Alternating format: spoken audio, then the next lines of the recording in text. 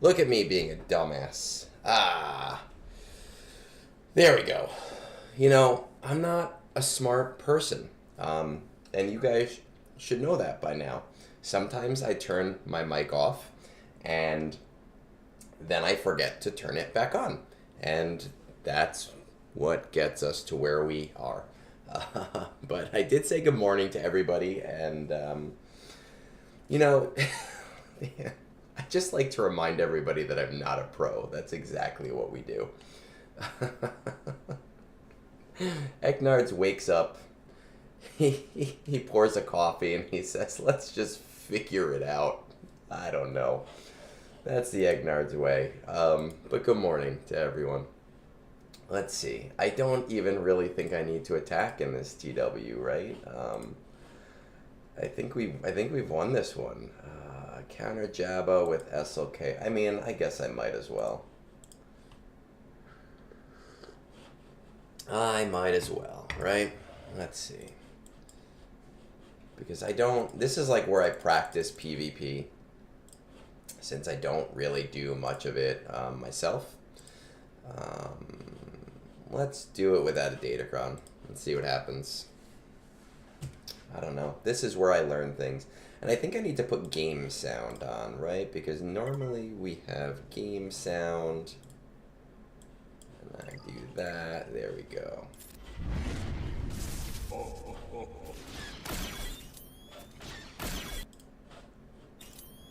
There it is. Perfect. We're gonna do a double. I don't know. If I lose, I lose. It's not the end of the world. I think we've won this TW. Which is good, because I need the R9 materials.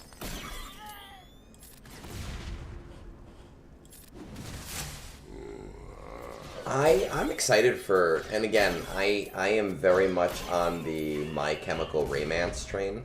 I'm very, very excited for her. I know you came in with a dad joke somewhere, but I was trying to fix sound. So let me see where we are. My mom told me something very important the other day. She said, son, never scream at a colander because otherwise you might strain your voice. I'm fucked. Okay, well that sucked. This is a great fucking start to the day. Motherfucker, why do you people watch me? What is this datacron? I should have put a datacron on. Or I should have swiped. I know you're supposed to like double swipe, but I don't listen. Alright, let's clean it up.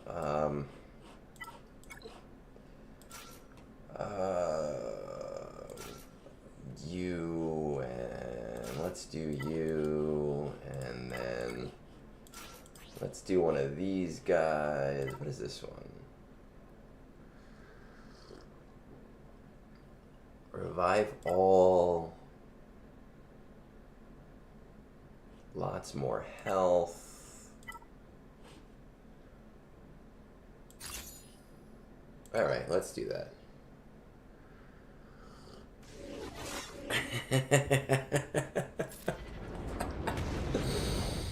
HodHod, you've got some competition here, because that's the one that I'm going to be using tomorrow in school. 4 kidneys. My kids are going to look at me like, what are you talking about? And I'm going to laugh so hard. Oh my god.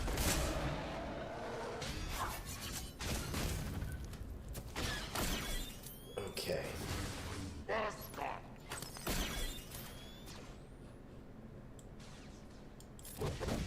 Yeah, let's do that. That way we can take out you guys. And then when we get to the raid, I already did my Gungans, because anytime I can do that raid, like, while I'm not even paying attention to the screen, I'm going to take it. But we'll see how quickly everything else falls into place today.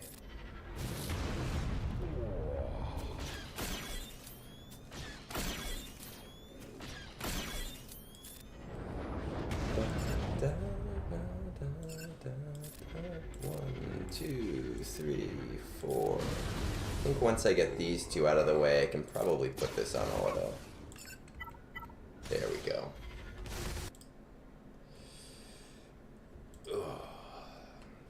I also, so you guys know, when I have free time, I've been playing The Forest on streams just for fun. I don't tag it though.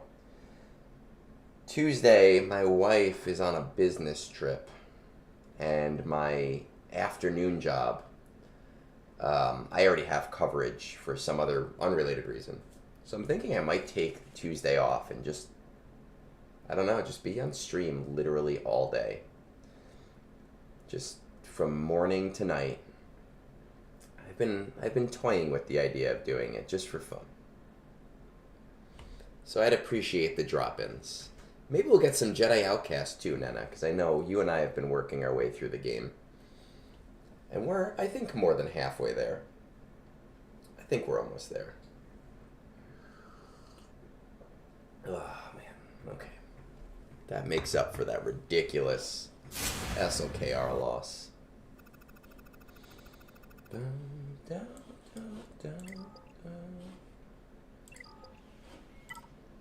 Already done that. No, we don't want the episode pass because I am a poor.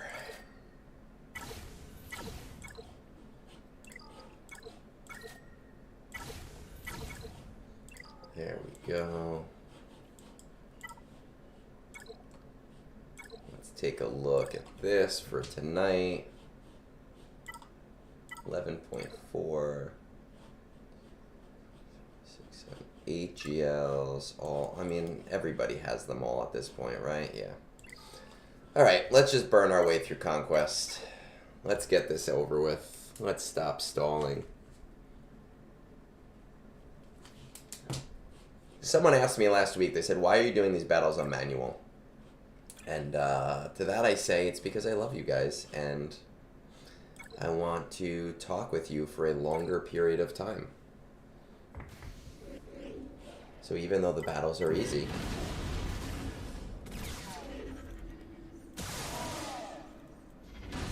so you got your first red crate. All right, but are you gonna be able to first run her? Did you like buy the passes so that like your gold crate from last time won't be a hindrance?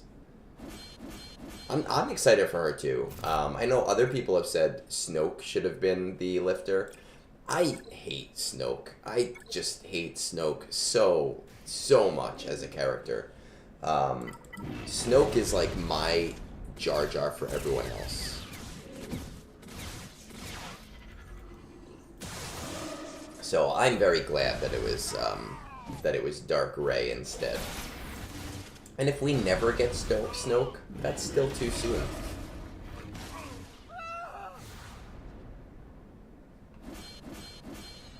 Alright, awesome, man.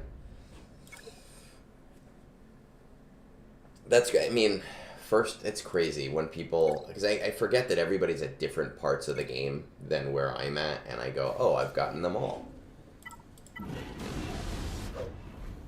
There's actually only one Conquest character in the entire game that I did not max out on the first Conquest cycle. I've always red box gotten them.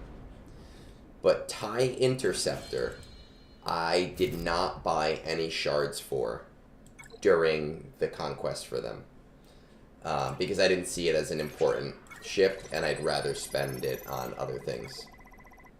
So that is a fun fact for next year's birthday slides. TIE Interceptor is the only Conquest unit I did not max during its initial Conquest run. I actually am not a Darth Binks fan. I know a lot of people think that I am. I mean, if he came to the game, great. Like, I think that was fun, but I think that the idea that Jar Jar Binks is behind everything takes away a lot of the fun of the character of Jar Jar Binks.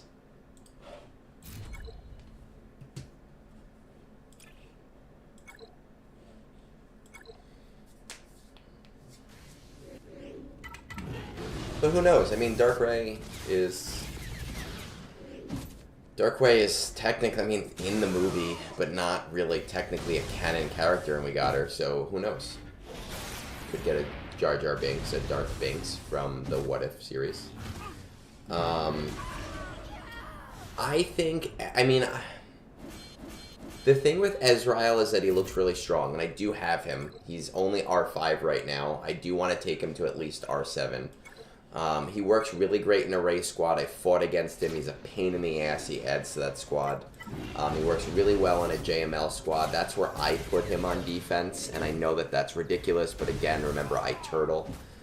So I don't actively use Ezreal a lot, but I do recognize that he is a very strong character. I am a little ways out from Ahsoka because I don't wail on the GLs, so I have to wait as those characters become farmable. So it's going to be a while until I can use him where he needs to be used.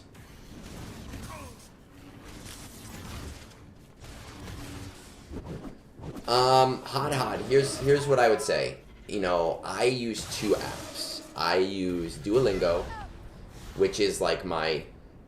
It's almost free for me because I buy a family plan and then I sell slots in that family plan to people.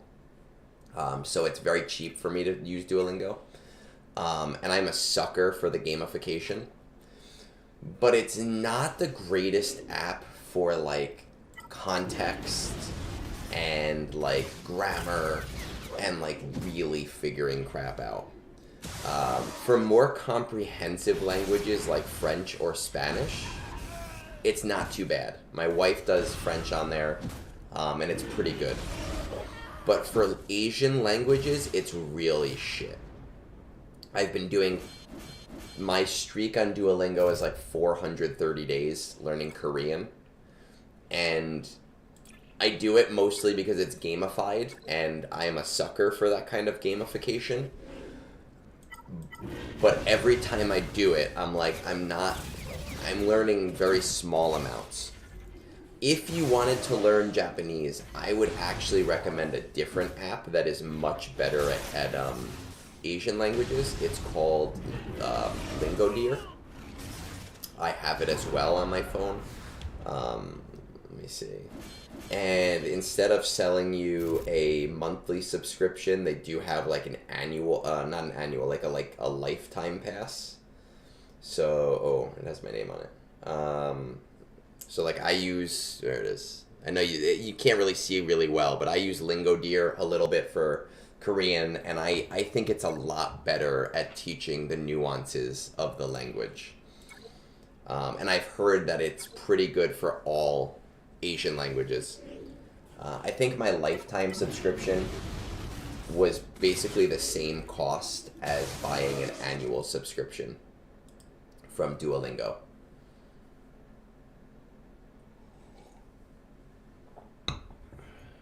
There are a few guys on our Discord who have been learning Japanese. I would maybe talk to them. Kunktator, Belloc, they both either have learned or are learning Japanese.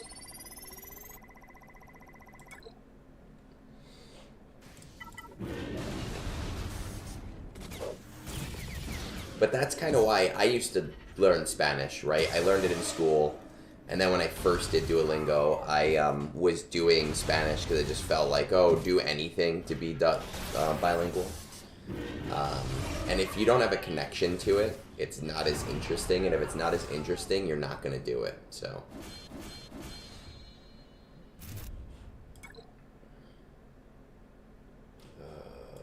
Alright, let me see what my... Okay, I've got enough of those now. So let's go to Sector 3. Because I feel like it's these things, no, not those things. These things that have really, 5 to 20, been pushing me. Yeah, I've got more of those. See, 5 to 15, I'd rather the small ones right now. So let's go with CLS. I forgot to mention this. I mentioned this on Discord. For those of you that tuned in last week, and I did the one chip challenge on stream, and I'm sure you were all disappointed because I handled it like a boss. We went to go see Mufasa right afterwards, and about an hour into Mufasa, my stomach started to hurt, and I tried to ignore it, but I could not. So for like a good 10 minutes, I missed about 10 minutes of Mufasa. I excused myself, I went to the bathroom, and I just sat like on the floor, curled up in a fetal position, while my stomach just burned with the fiery intensity of the one chip challenge pain. So that was the ending last week. Daniel, I'm actually a lot like you. I've found it very hard to learn another language. Korean, like even with Korean, which I know is very difficult, I am so that's really what it is. It's very tough for me to understand the nuance of a language when I'm constantly in Excel mode. I've never thought of it that way. But as I struggle my way through Korean, and there's very little that I could say off the cuff, I'm going to blame it on being a numbers-oriented person as well.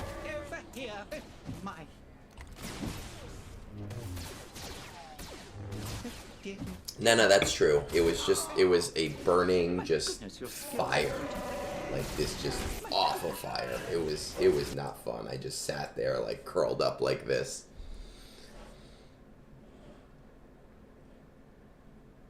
Alright, I'm getting a lot of them, which is nice.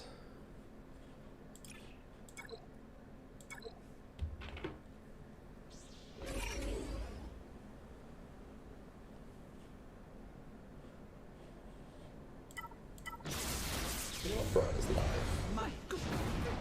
We're certainly lucky that you are.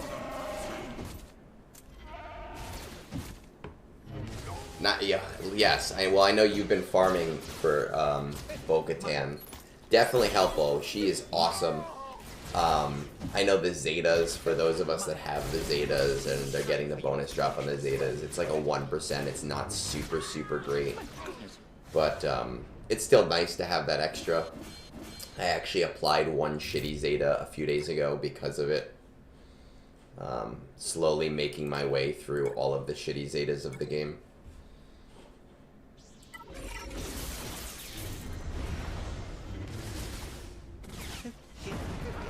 And now you don't even have to wait for Bo when you have it. Not that it matters, because it was really a monthly event instead of a 3-month event, which made it a lot easier to get her anyway, but still it's nice.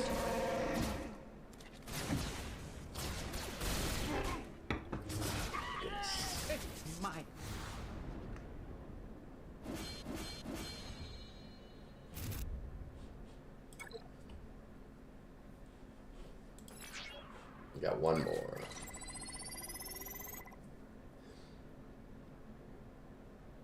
C is great. I love C. I know a lot of people don't. I love them. But as I say to a lot of people, it should really be your first or your last. Except for, I know with the, the Lightspeed bundles that came out. Lightspeed bundles change everything. Because they can significantly push you in the direction of a specific character.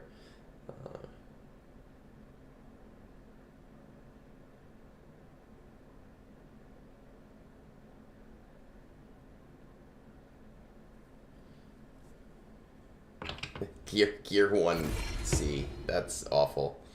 Not even like Gear 8. I feel like even when I was not an endgame player, I'd bring all characters to Gear 8 because that's all the easy gear that like you don't have to worry about. My goodness, your skills are quite. I use Watt. There's no besides Watt. You use Watt. Dear. I don't use Trench. I think we upgraded Trench, right? I still don't use him. Was Trench last week? You could use Armorer. Armorer is like a Watt light. It's not as good, but it's still pretty decent. Seabane is going to be overkill for most situations. There are going to be some situations where a Seabane is going to be helpful, but for most situations, it is absolutely overkill. And it takes away the separation between those two that works really nicely.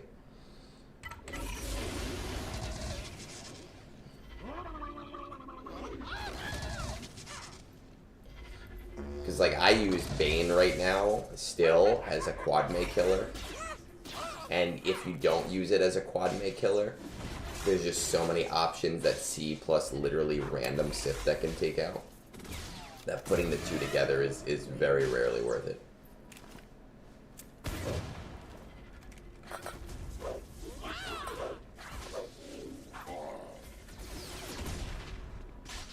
This squad's actually taking too long.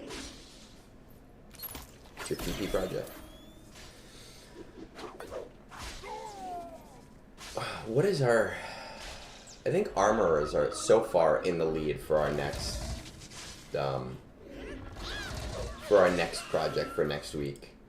I think I'm out of the woods on Territory Wars characters now. You know, that's a hard question to answer, Soper, because we don't... Dark Ray's not out yet. You know, she looks like a 3 Omicron character right now, like somebody you're going to want a 3 Omicron. But the reality is that a lot of the times when we talk about characters, they look like 3 Omicron characters, and then we find out later on, like, oh, they actually only needed 1, or they actually only needed 2.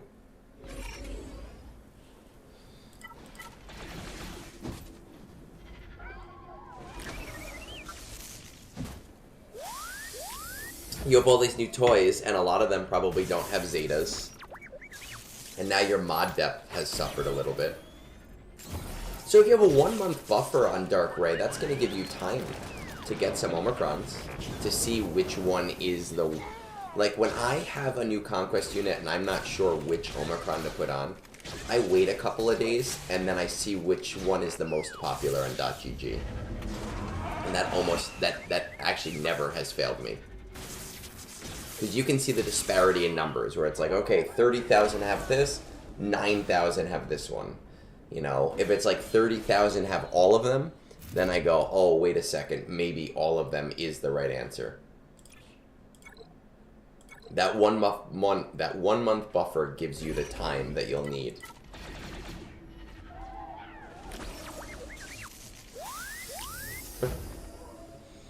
I wish I had that problem. I mean... You know what, I actually, a lot of people think that the way Omicrons are right now is kind of tough.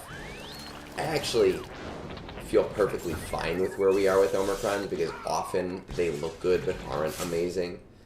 Or they're for a game mode that just doesn't interest me, right, like TW, so it doesn't matter. I think I have like 40 Omicrons right now, which is not a ton.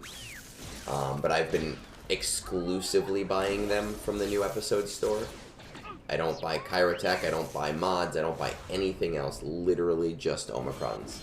And now that there's the 2 extra added in there, that has been a little bit helpful.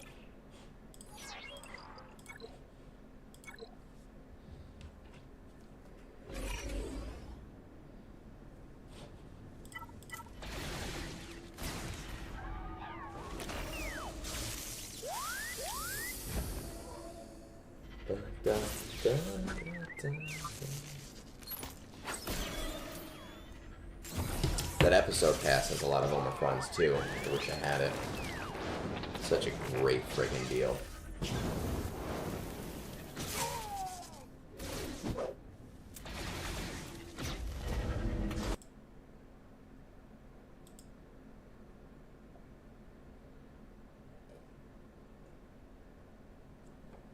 Oh, God.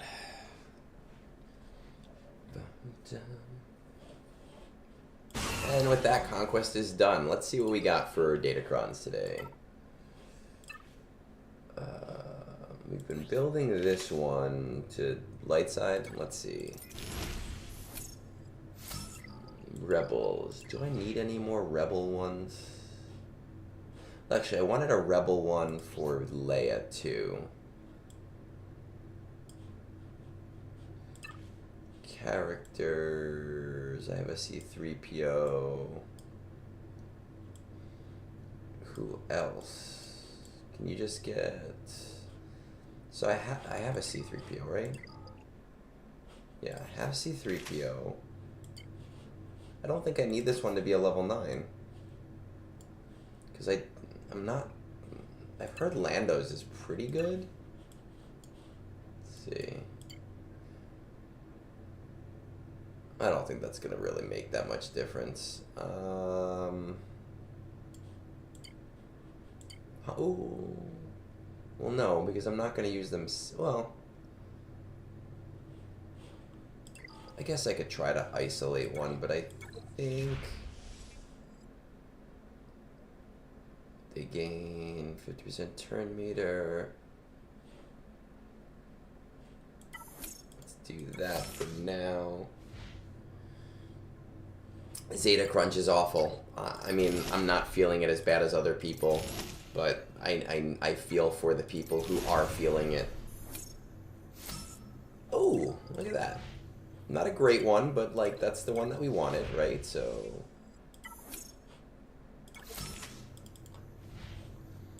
let's get that.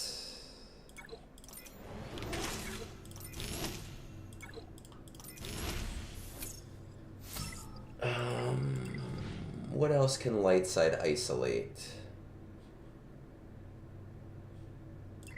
Ufu, right? I wonder if my Fulcrum did pretty well in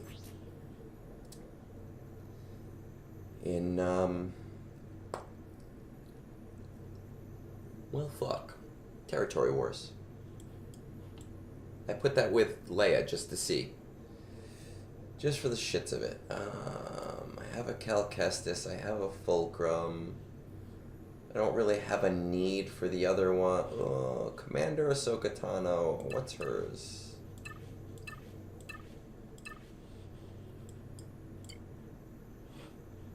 I don't really give a shit about that, though.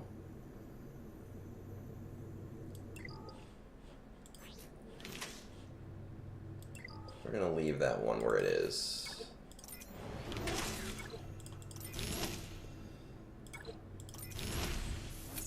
What do we got here? Okay, dark side, like that.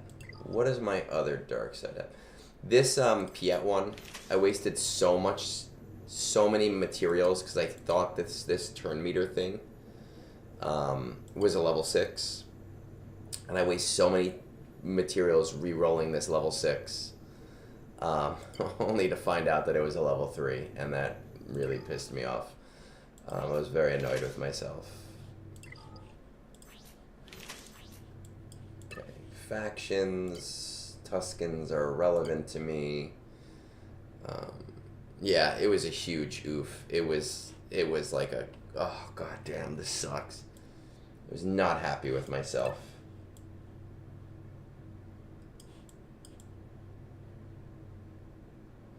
There's really no other trooper I can isolate here that's going to be important to me. You know what? If I get a good Tusken one, maybe I'll relic them. Just for the hell of it. Is this the one that we want for Tuskens? Damage immunity. They get a bonus turn whenever a debuff on an enemy expires. Tusken allies gain potency and tenacity. Whenever a Tusken ally deals damage, and no, that's stupid. If an enemy expires. I mean, fuck it.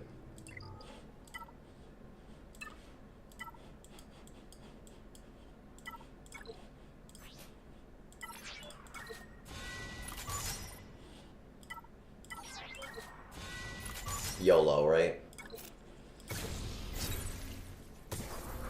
Yeah, I'll probably get it ready by tomorrow.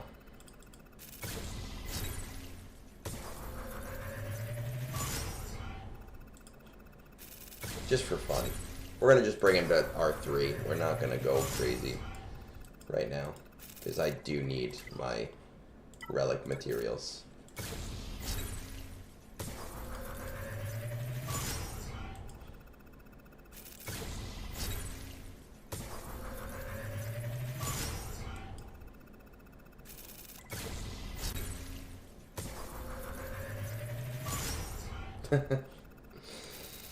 I really wanted it. If I needed more than 2 of them, I would have bought it. But only needing 2 of them and them kind of being like a faction that wasn't a big deal for me, I didn't get it. But it was one of the ones that I thought about. Let's see. It's Territory Wars. This is 3v3. We don't give a shit. Alright, we'll have to fix their modding, but we're not going to worry about that for now. I'm going to go refill my cup, get a little bit of water, and then we will do the raid. So I will be back in just a second.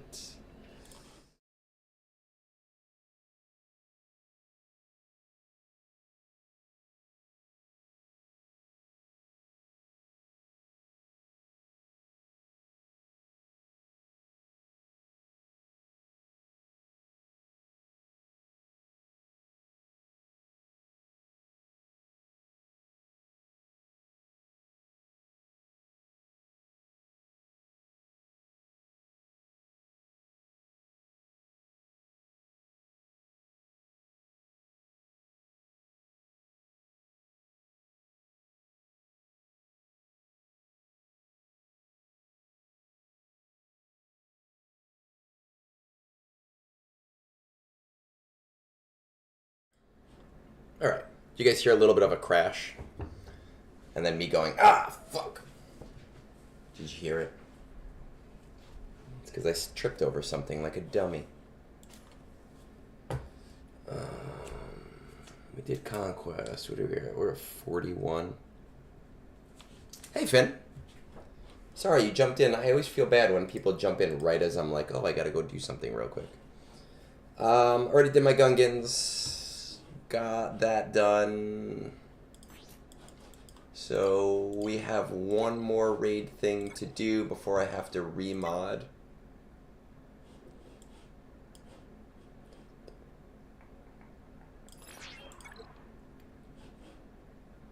Yes, the Relic 7 tier.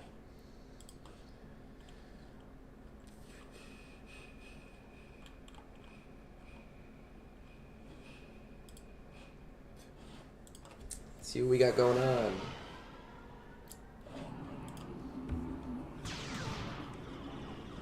All right.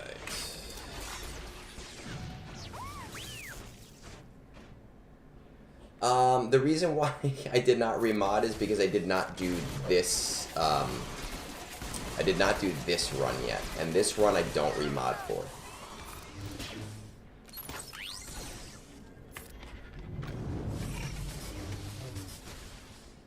I think some of these guys' mods are actually part of my mod set for my remod, so that would screw me up.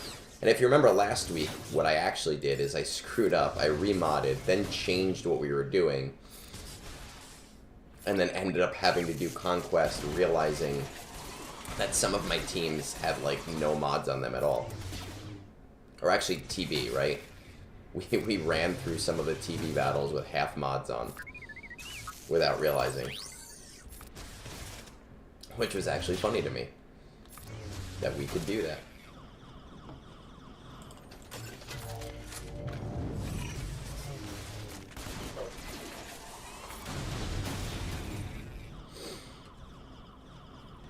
I really do want to get the perfect score with this squad because it screwed me. It screwed me over last week to not get the perfect score with these guys. Yeah, well, that was the thing last week where I was like, wait a second, my Leia's doing like really poorly. It won, but like really not under great conditions. And it turned out that Leia had like 3 of her mods on. because I had remodded in advance to prepare to do the raid first. So this is, the moral of the story is, don't prepare, right? If you learn anything from Egnards, it's don't prepare.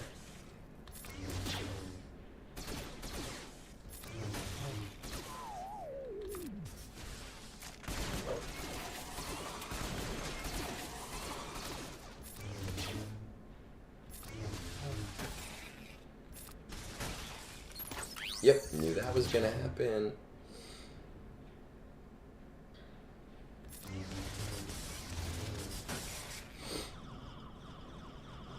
Look, I mean, that's an interesting take. I think I would say LV would be really crazy, but the precedent for that would be like Maul, who's not a separatist but is part of the raid very specifically. This raid as like just as an aside.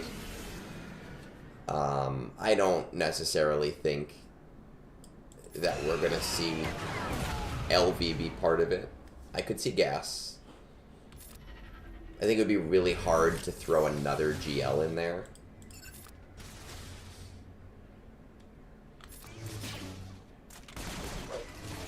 I think it's going to be really tough, though. You know, I mean, I'm still like 75% that we're getting Peridia, but I know that some people are saying that might not happen because of the way the new episode system is working, and I don't know. Like we should be getting raid news fairly soon,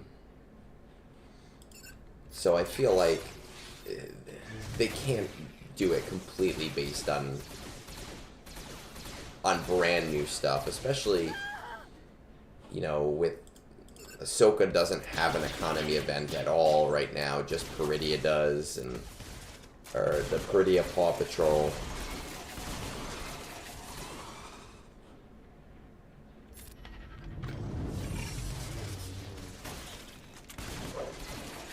Oh, hey, Cap.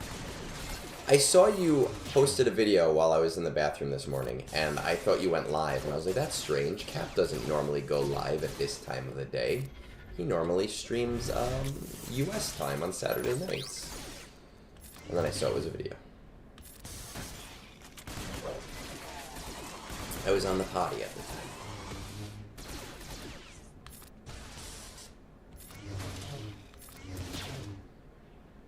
I didn't really pay attention to this raid run, so hopefully it works out for me. There we go. Oh yeah, I'm on, we just watched the second episode of Squid Games. Or the second episode of the new season, I should say.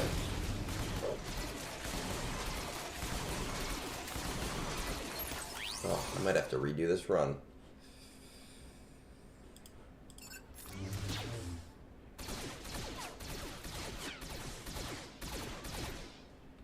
Can I get this to work? Because I wasn't paying attention.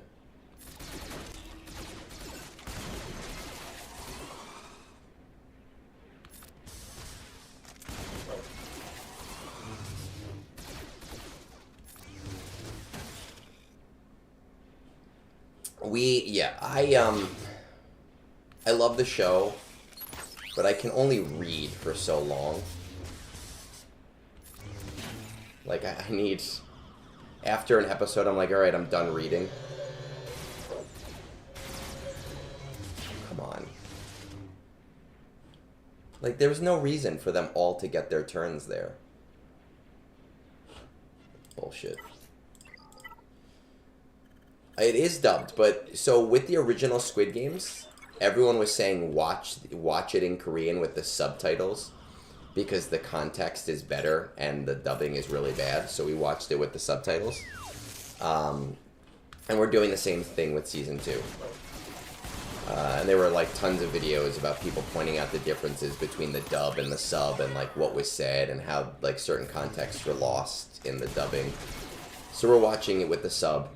And it actually has been really cool now that I'm learning Korean, because while I am not anywhere near fluent even a little bit, I have been picking up some words, and I've been able to go like, oh, I know that one, And that has been super cool, is being able to pick up on little things. Like the second episode is called Bread and Lottery, right? And I don't remember the word for lottery, but it's like pangwa, and then whatever the word for lottery is. And I was like yelling at my wife, and I was like, pangwa, that's bread end. I was very excited by that.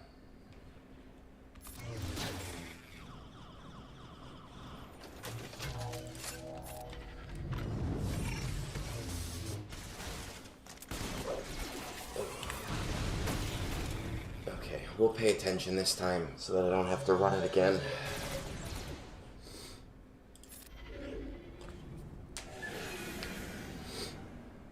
I actually need to text my brother and ask him if they watched Squid Games yet.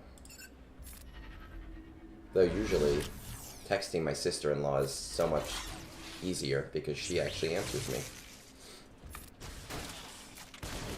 My brother will answer me in 4 to 10 business weeks.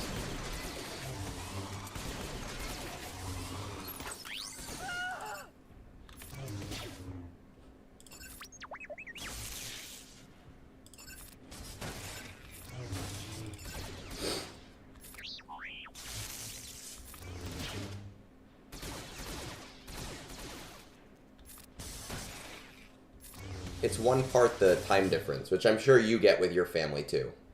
But it's also one part that he's just like that.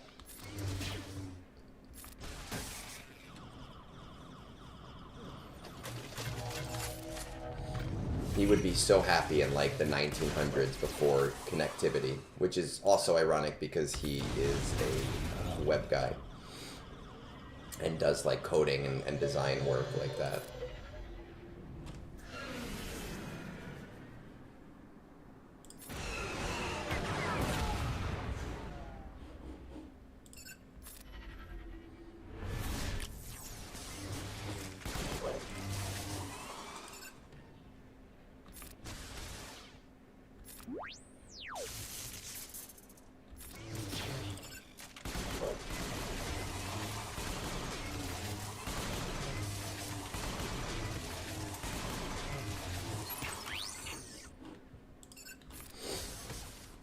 I actually kind of want to hear the in-game audio today. I don't know why. Let's see, connect. There we go. It's kind of fun sometimes.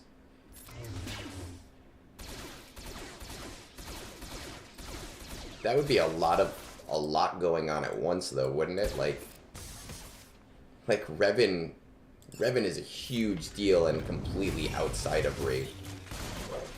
I don't think you're getting your Death Star raid. I know people want it. I know it's like every fan's wet dream.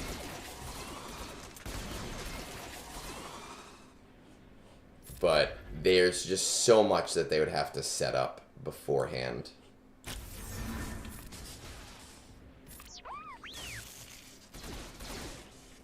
That's exactly what they would be doing, is if we got Revan and... But it's interesting with this new system, so we've been getting a raid every roughly like 7 months. So really, we should have gotten raid news already.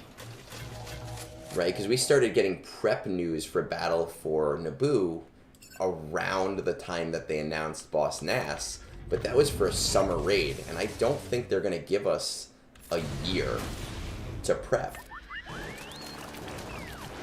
So, like, I'm holding on going, wait a second, we should already have a lot of this stuff. We are in much better shape here. They said 8 to 9 months, but it's never been 8 to 9 months. Never. Look at the distance between the crate raid and the Naboo raid. No, the crate raid and the Endor raid. And then look at the difference between the Endor raid and the Naboo raid. It's always been 6 to 7 months.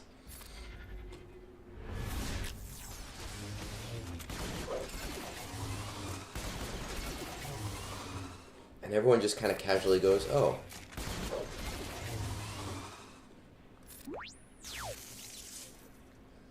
I have plenty here. I just need to get some kills.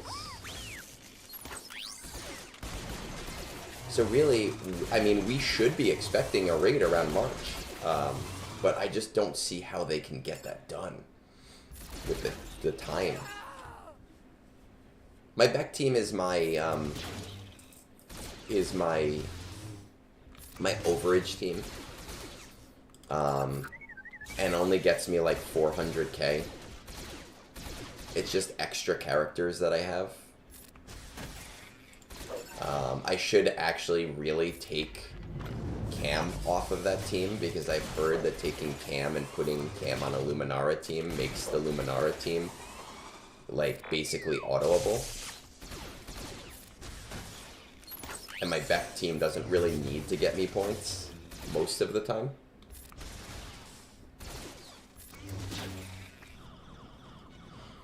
I was getting really shortchanged with my Beck team for a long time, because I was doing it on like the R1. And then I started doing it on the R3 with Cam, because he can always use his armor shred to kill things in one hit, because it constantly refreshes. But let's try it today. We'll try him in the Luminara on a full auto and see how that works. And if it can full auto, it might be worth it.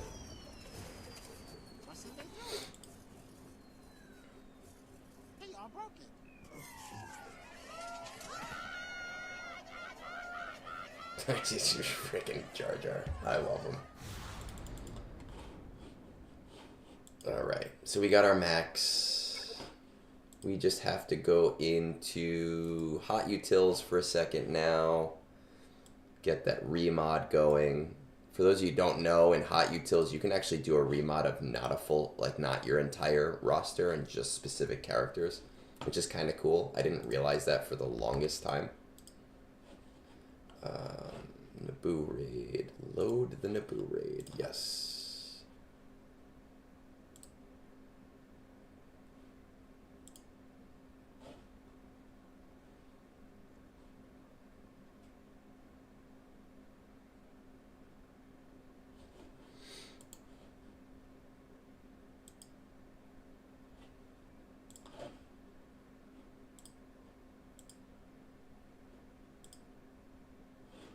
My guild, what box do we get? We get the, oh, this is actually not going to work right now because I'm in the middle of reloading, or remodding. So we'll hold that for just a second. We get the 260 box, there we go. I don't know what box that is. There we go. I think it's the second, no, is it? I don't know. We're going to find out. No, I think there's 2 boxes, right? We just didn't, our guild hates this. Like, people in our guild hate the raid. Hate it so much.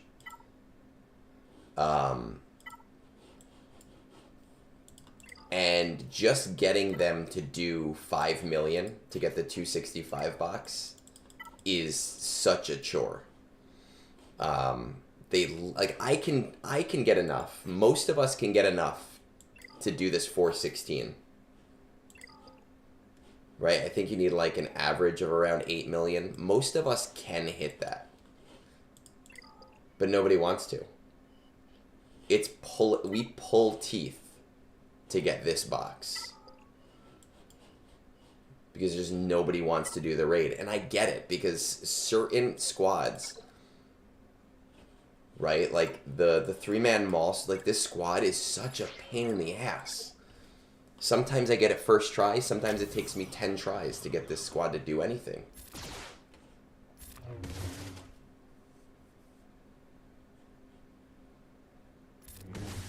And there are a lot of people that do it last minute, which, I don't know, I can't live that way. I'm doing it last minute today. Our raid ends today. I'm doing it last minute today, but that's only because I knew I had brunch today. If I didn't have brunch today, I try to get my raid done literally as soon as possible.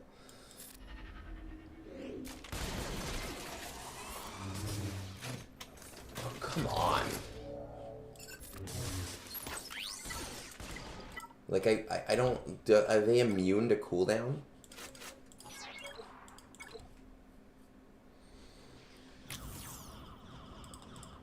What I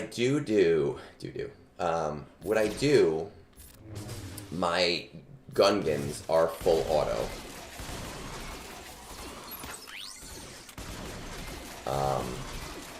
Every once in a while, they won't full auto. Every once in a while, they'll lose.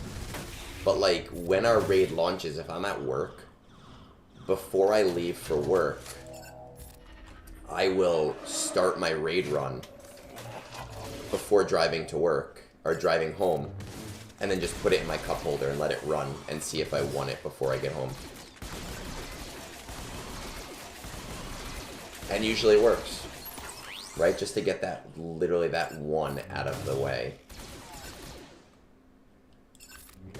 We do this. But we have, Cap, we have very similar players, right? Like, and we've had people leave the guild, and we've had like 48 people. We've actually a couple times not gotten the 270 box. Just because people were lazy that week. And we'll spam the refreshes over and over again, the bot, and be like, hey guys, you need to get this in. And they don't care. And the problem, one of the biggest problems, I've said this before, and I'll say it again, is that since ROTE came out, it is so much harder to kick people from your guild. So like when when we had LSTB, we had very defined standards. And if people weren't meeting those standards, we would reach out to them, make sure everything was okay, like make sure it wasn't a short-term problem. But if it became a consistent problem, we'd remove them. Now with having R8 and R9 requirements on things, it's so hard to remove people, because if you have 3 R9s that I need for platoons, it is a huge investment to ask on other people. Need that. What do I do for work? I do 2 things. I work as a one-to-one in school districts for kids with special needs. And I also own a dojo where I work with all students, but I predominantly offer, not experiences is not the right word, but I predominantly offer the ability for students with special needs who generally would not have the opportunity to work in a martial arts program where they have like instructors that know how to work with that population of students. You know, I offer those opportunities to kids. Neither of which is really a big moneymaker. So, we do it for the love. Oh, I don't really want to use this because I need...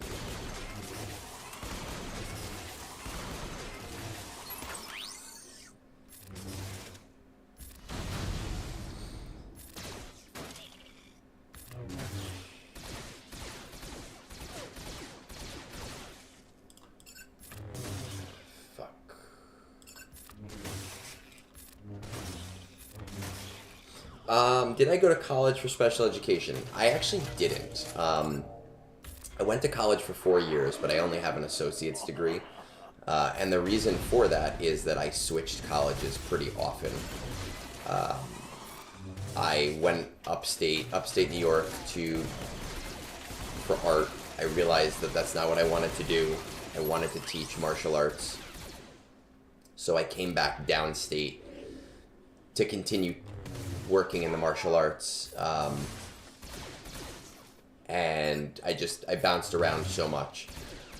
How I got started because you only need a 2-year degree to be a one-to-one, which is why I'm not a full-on teacher in schools. How I got started in special education is a very interesting story to me. I had this guy walk into the dojo that I worked for at the time, he had 2 boys, 2 teenagers with special needs who were nonverbal. And he basically said to us, like, hey, you know, do you think you could teach my sons? And I was in my very young 20s, and I had no idea what I was doing, and I kind of said to them, I don't know, but I'm willing to give it a try. So I started doing private lessons with these 2 boys, and learning along the way, just trying to figure things out. This is going to be a shitty raid run. And like 3 or 4 years after that, I had the opportunity to work in a local school that was looking for people. And it was my experience with those boys that kind of gave me that opportunity, and to work with that opportunity. I don't work for that same school district anymore. I work for a different one, but now I'm also the CPI coordinator for my school district, which is Crisis Prevention Intervention. And that's basically, I'm the person that teaches the staff how to handle conflicts when they get to like physical aggression, which does happen, unfortunately, but also how to de-escalate situations to hopefully not allow that to happen. And I actually still work. Oh, look at that. Always there for me, M3. I still work with those 2 boys. It's been, I don't know, 15 years at this point, and I still do private lessons for them. They're in their late 20s. I just saw them yesterday.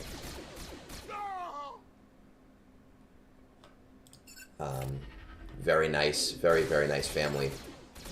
I was actually talking to the dad about sparring. He wants to see if his sons can do some sparring, and I told him, like, we'll try it. I'll throw on some gear, and I'll try to teach them how to spar, but we'll see if that works.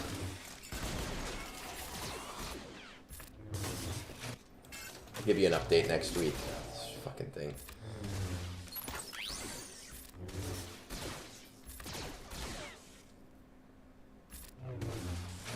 Yeah. And I just get stuck in that loop. This is that stupid raid. I hate this raid run more than anything else.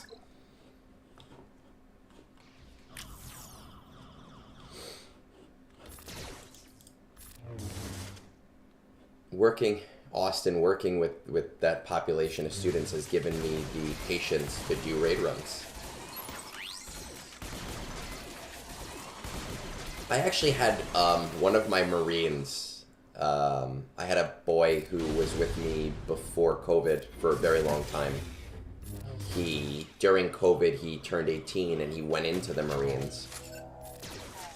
And he's like soft come back recently. Anytime he's not deployed, he was in Hawaii for a little while. Anytime he's not deployed, when he's local, he does come in and take classes. And he was telling me that in the Marines, they kind of taught them how to fight very quickly. But that they don't really follow through, and he feels like he hasn't learned as much as he should. But he's a good kid. I can't speak to any of that because I'm not a Marine.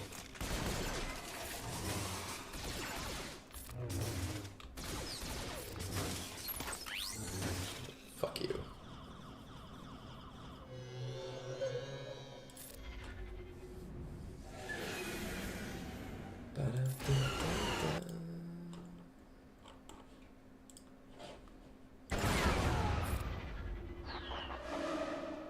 All I want for Christmas is to finish this stupid fucking raid run. Ooh. Nice.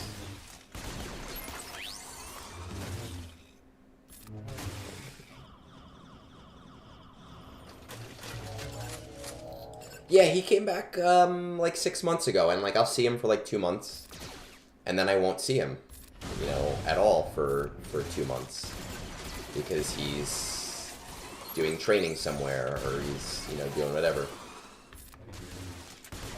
But he always was a good kid. hate this shit.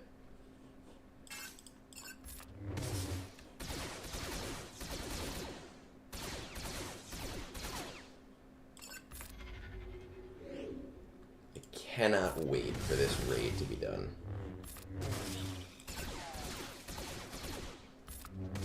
There's nothing fun about watching all of these characters just continuously get their health back.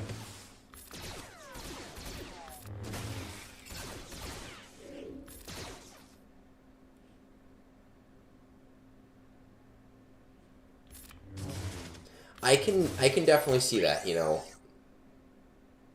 I can definitely see Marines going a little bit nuts. I, you know, try to teach my students that sparring is like a mutual thing, where the goal isn't to beat the shit out of somebody. The goal is that you both learn something. So I try to stem the whole, like, let's beat the crap out of each other thing. I actually do not think that... I say this pretty much every brunch. I do not think that the next raid's going to be worse. I do think the next raid will be better.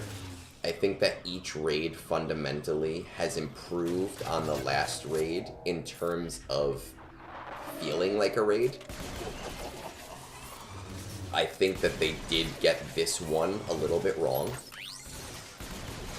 And I expect to see something in between this and Naboo raid for the next raid. I don't think it'll be worse at all. I just get my fucking turn.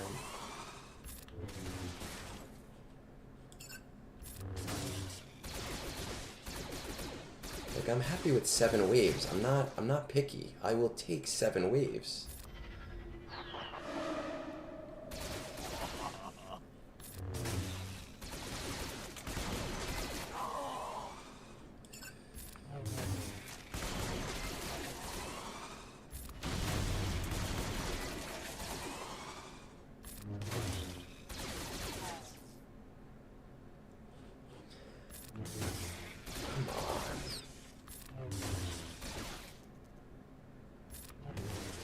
Oh my god.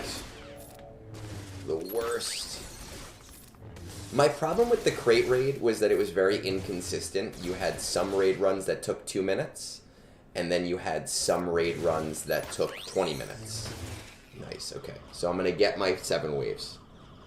You know, like, something like Old Republic took 10 to 15 minutes. Something like Jabba, you could do in literally 2 minutes. It was super fast. Something with, like, Tuskens, it completely sucked unless you brought them to Relic 7. I just think that every run was so fundamentally different in terms of time that people did not like it overall. My guild, we only got the 135 box. We basically told people, do your Java run, and then don't worry about it.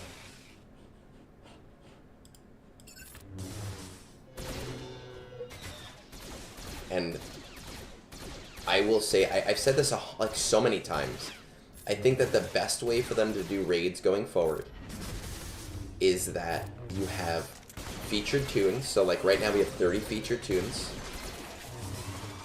And for every featured tune you bring to a certain relic level, you get a multiplier added to your score. But you only have to do 1 raid run. So for example, if I ran my Gungans right now, I could finish the raid in 10 minutes, and I would get my full 9 million participation. Oh, my chat. Right, because I was filming something before. Thank you, Cap. I completely forgot about that. Oh, shit, I forgot to hit this guy, and that's going to cause me a problem. Fuck.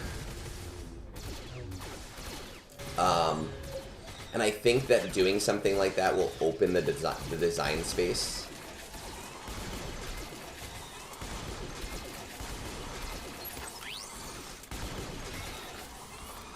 I think doing something like that will open the design space to allow for longer raid runs that are more interesting because you only have to account for 1 to 2 teams.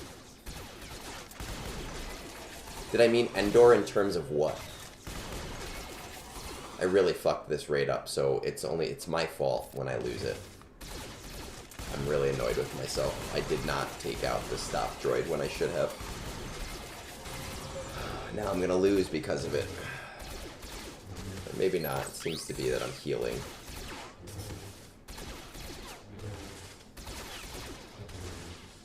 Do I get it, like, a turn at all? Okay, well. It's my own damn fault.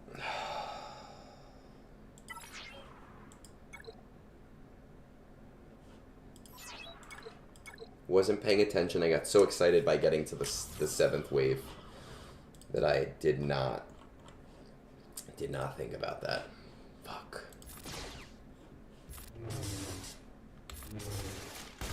Fuck.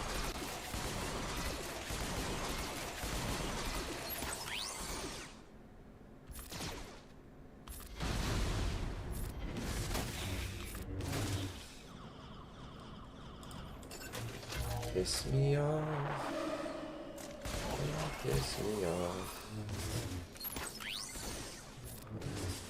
Why?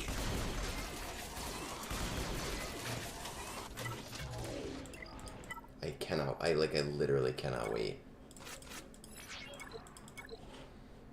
I have no more spoons left for this.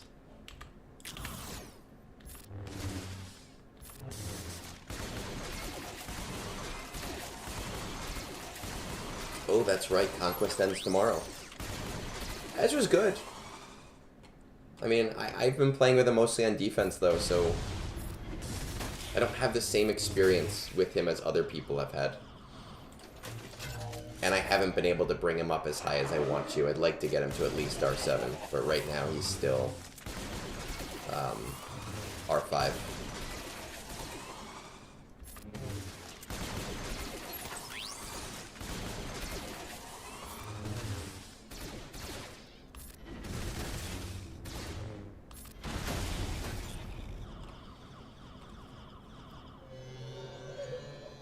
I just throw him. I throw him a JML on defense right now because, you know, the whole turtle thing.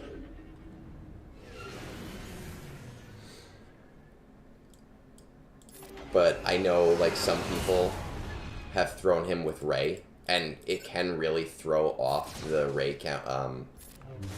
It can really throw off, like, the SLKR counter sometimes. I lost against, even with an SLKR Kron, I lost against a Ray last round because of him.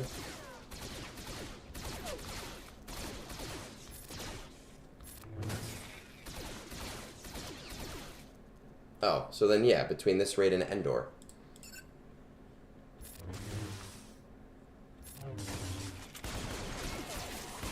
Listen, Michael, I am the guy that will turn on my stream and chat for 5 minutes, not realizing that I forgot to turn my mic on. We don't come here to learn things. That's not what I'm here for. If you want to learn things, you go watch Bit Dynasty.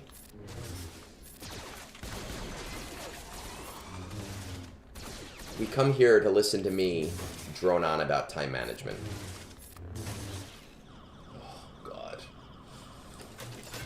Don't have what I need right now.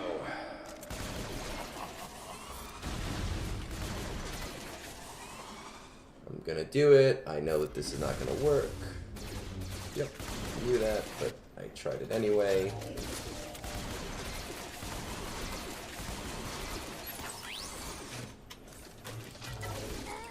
I hate this fucking raid run. I hate this fucking raid run. I really fucking hate this raid run. Hey, Bait.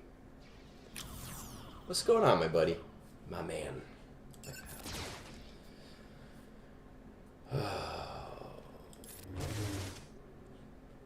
Bones could be a funny guy, but I think sometimes... I think he needs to think before he speaks sometimes. He's like my little brother that says things that are very highly inappropriate, but you still kind of love him anyway. Bit Dynasty watching his own videos. Oh, I love that guy. I really do. And Cap, you saw his video for the Gungis. Like, I did not expect that. He went all out. Oh my god, I'm so excited to show that video to everybody. Like, it's just so insane how good it was.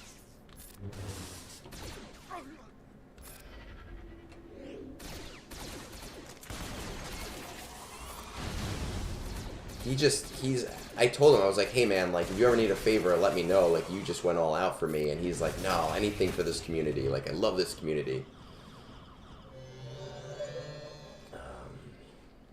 He's just such a nice guy. That's what I'm getting at.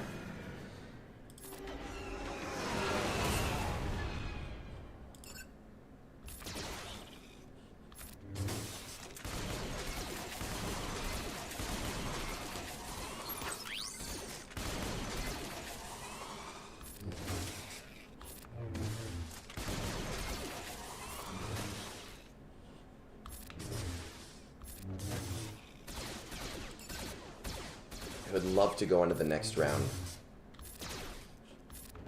with advantage. That would be super. No, it's not going to happen, but it would be so, so super.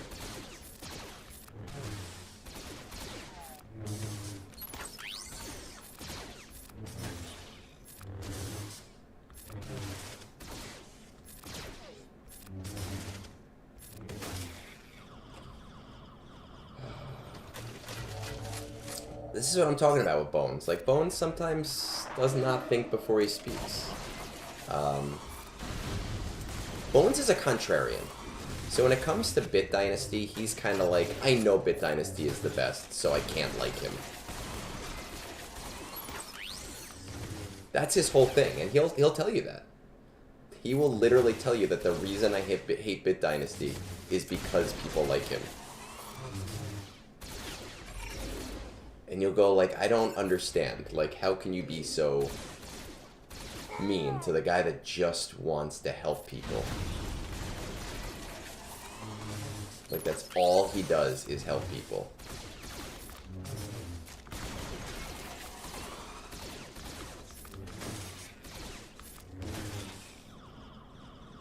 Yeah, we were all like that in high school, and then we grew up, right? We got out of high school and we said, wait a second, we can like things just because they're popular. That's why they're popular.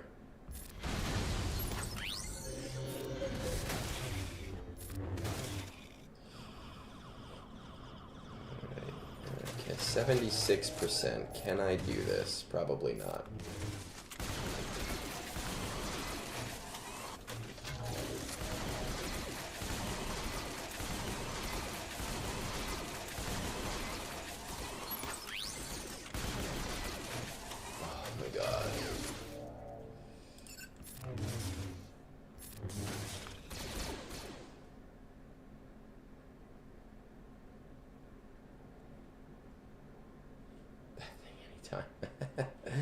I don't know, when it comes, I've said this, Arnold's an entertainer. And that's where it comes, like, the whole idea of, like, Arnold's an entertainer, he's not for me, but I get him, I get it. Just because you're not for me doesn't mean you're not good. Daniel, I don't know if that's a knock at me yelling at Moonborn yesterday, when he gifted me a bunch of crystals. Which is actually a semi-inside joke from our guild Discord. I told him that if he sent me crystals, I would send him an AI-generated Happy New Year message. And then I sent him that New Year message anyway, so he sent me crystals. I hate this, I hate this, I fucking hate this. Where is Belloc when I need him? Yeah. No. Moonborn knows I'm just joking with him. We had a good laugh about it in PM.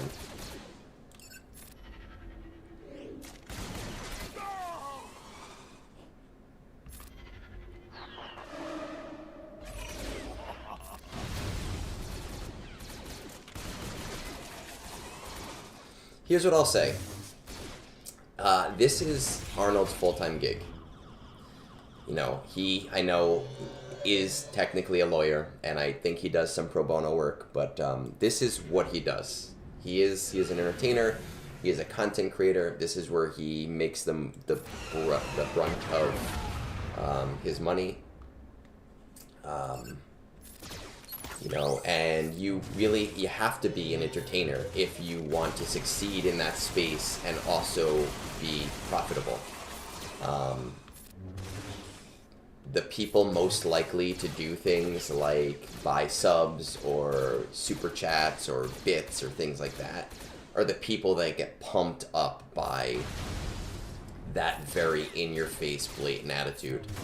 So he does what he has to do. And I do not fault him for that. It's just not content for me. And not every bit of content has to be for me. I know, Cap. And it's literally just this raid run. Like, once I get past this raid run, it's easy. It's been what? We started this at 41, so it's still been under an hour. And it kind of is my own fault. I did screw up that one run in a way that's causing this problem for me. So I really only have myself to be mad at.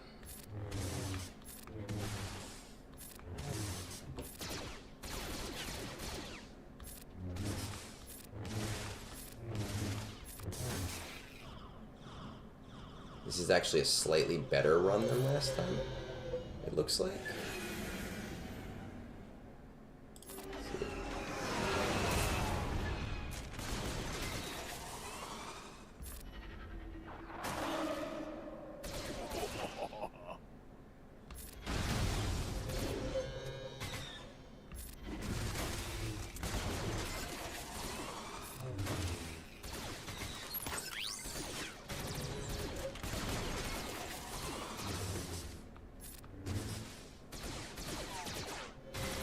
I used to do the B2 run in the beginning. I don't anymore because I shouldn't need to. God.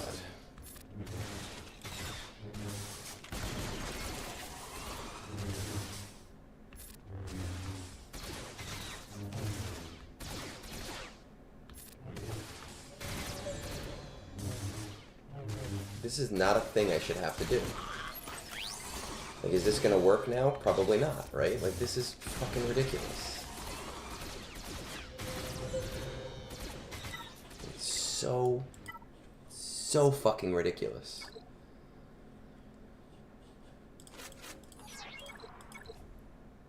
But you're also doing it on the R5 tier? No, you're doing it on the R7 tier just without Newt.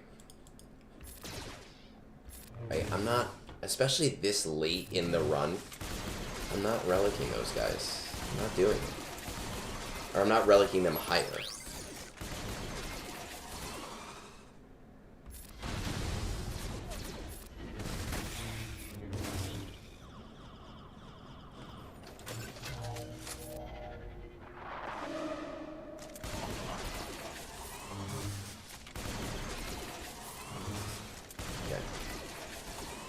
Okay, well, on the R3 tier, it's... Come on, dude. This is the R7 tier. Get with it.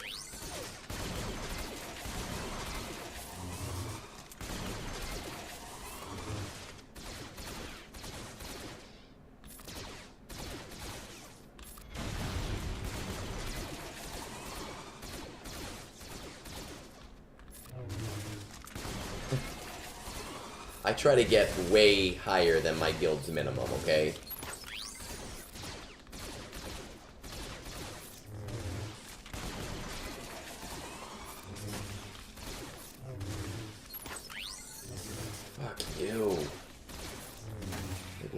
Why is this such a fucking thing?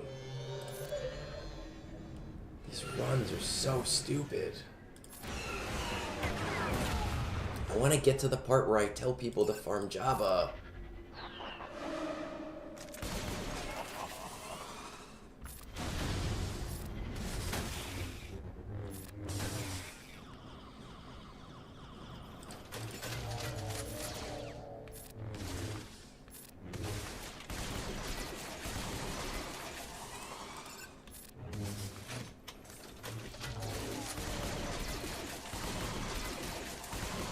well, we'll see.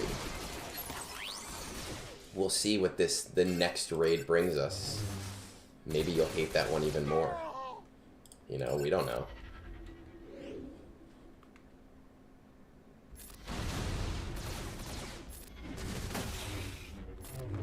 Okay. We just have to get through this one.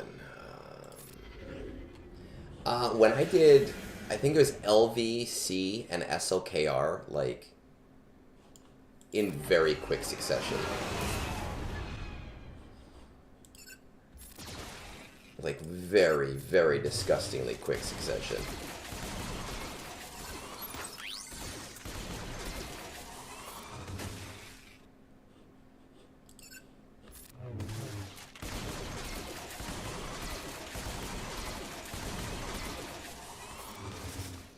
I didn't get it. Come on.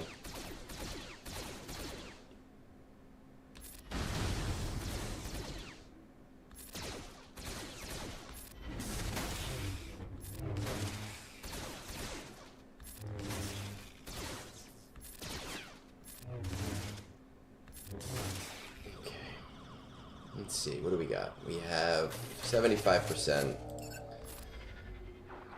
Like, I should be able... All I have to really do is beat this wave.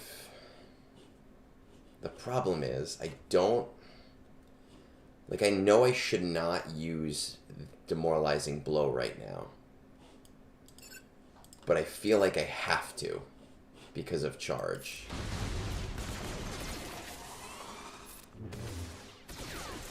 And that's what's going to cause me the problem here.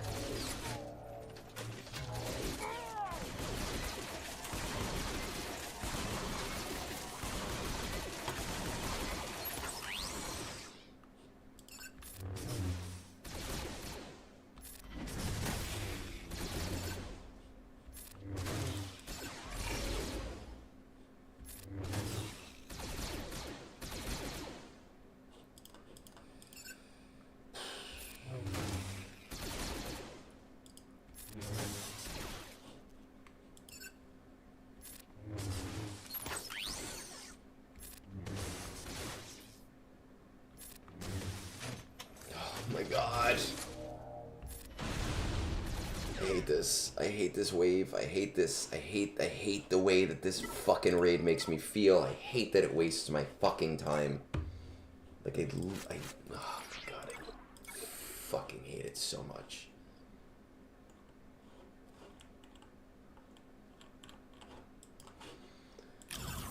I hate that, like, they don't fix shit. They just go, like, it's fine. They'll just have to deal with it for 7 months. They'll be fine.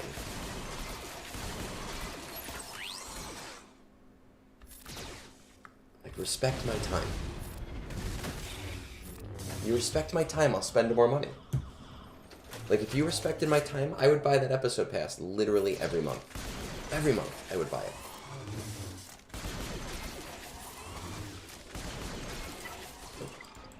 Gotta kill that guy.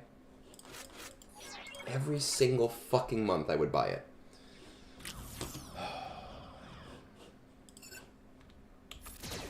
But you have to respect my time.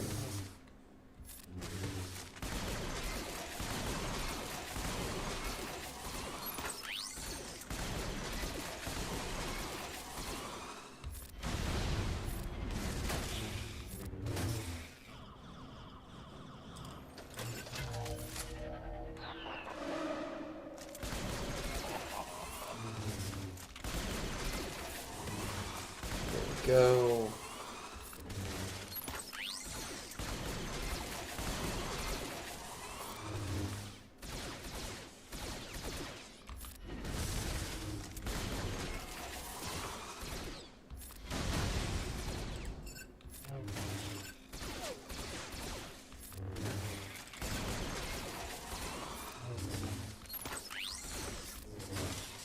Can you just let me live?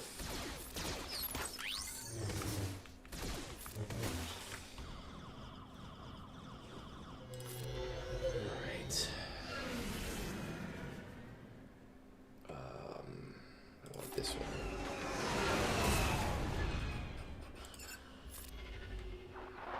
So you. Don't have to worry about you now. Kill you.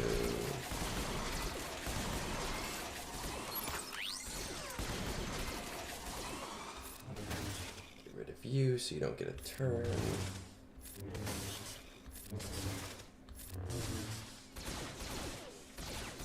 I'm gonna try to hold off on our AoEs. Now we're just gonna let this battle droid fully heal because that's what we do.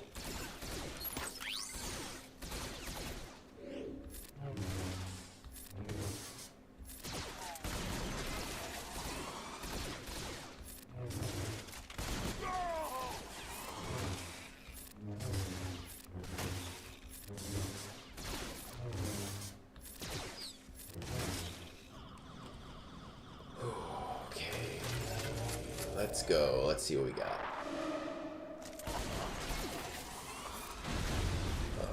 Okay. Alright, I'll take that.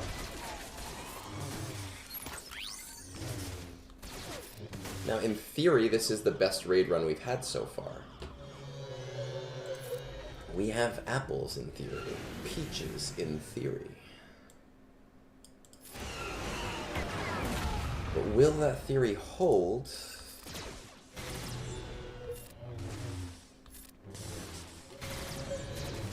Once we actually have to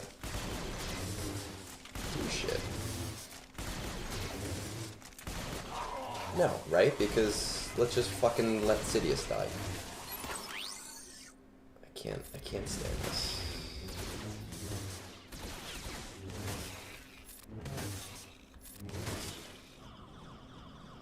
Maybe we can do this on our own? I don't know, but at 77%, I'm not super hopeful.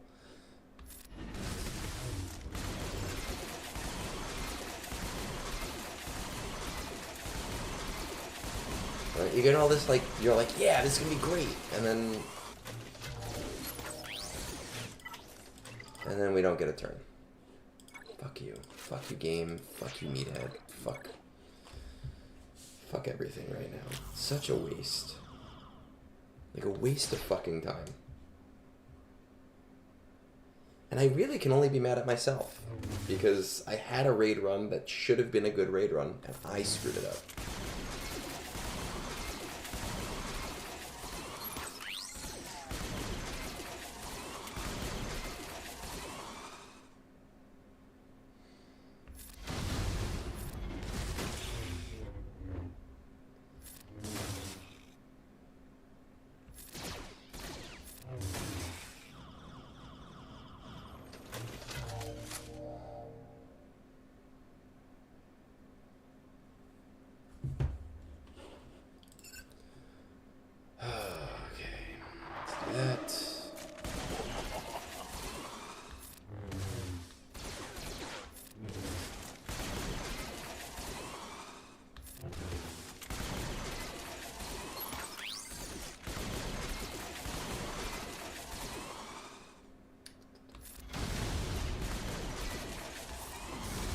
Boom, done.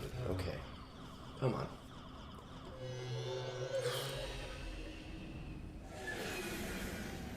Should we try this the other way? Let's just try it the other way because that way has not been working for us.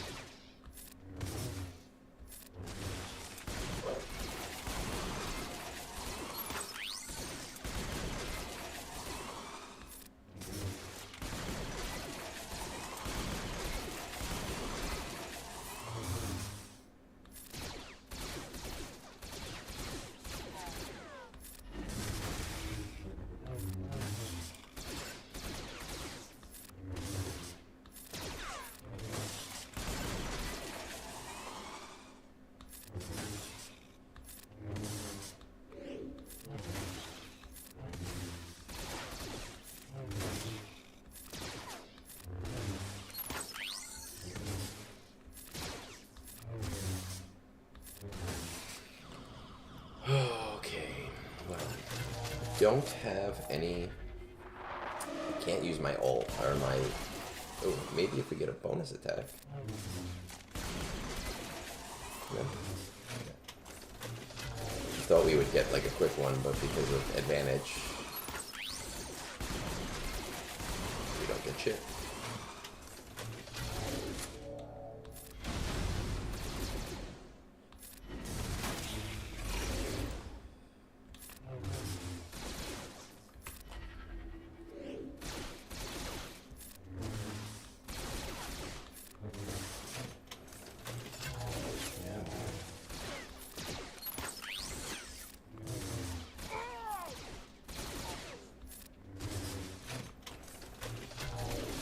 Like, not fun. Not fun at all. Why is this fun?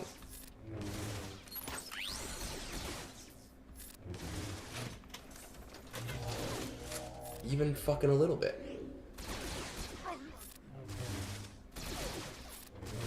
Oh, God.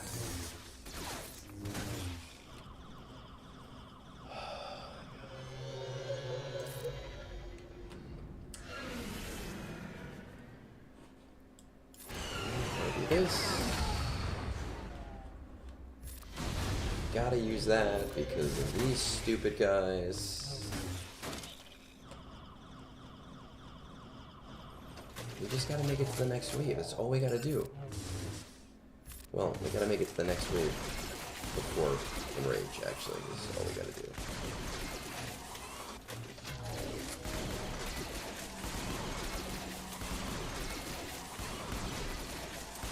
And if I could get a turn, I feel like that is not that big of an ask.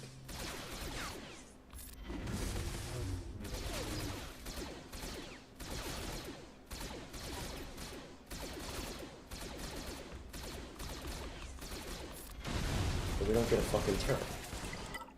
You're gonna be sitting here all day watching me do this shit. I do have my mods on correctly, right? That would be really funny if I did not have my mods on correctly. Oh my god. I hate this fucking raid. I hate it so much. So much.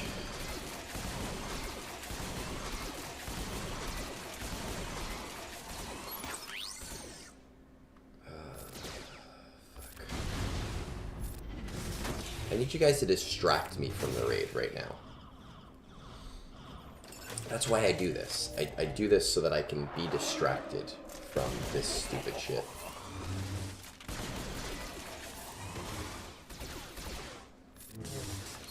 And you're not helping.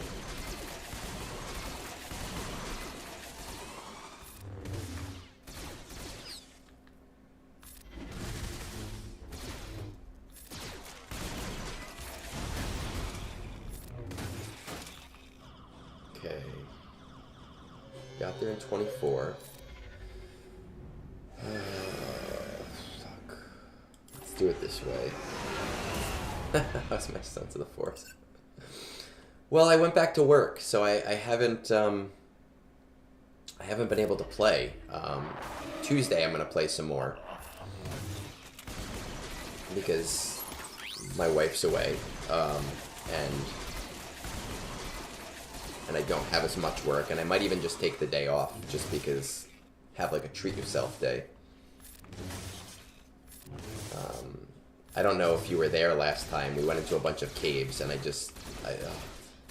don't know why I do it to myself. Horror games scare the shit out of me. A non-alt C, the only thing you're beating with a non-alt C is like gas. You ain't beating shit with a non-alt C. You'll beat gas because you'll bug out gas, but that's literally the only use of a non-alt C.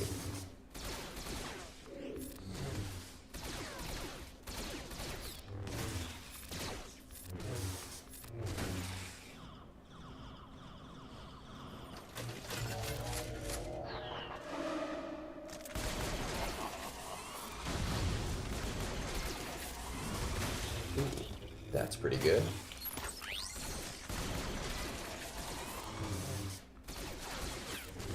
Yeah, that's all that team is doing.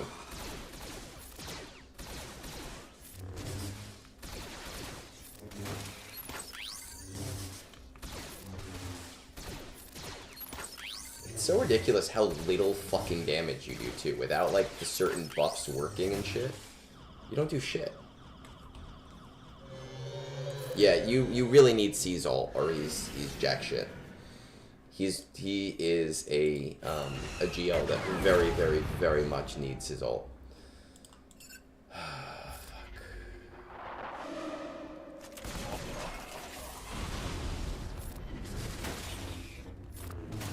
Well.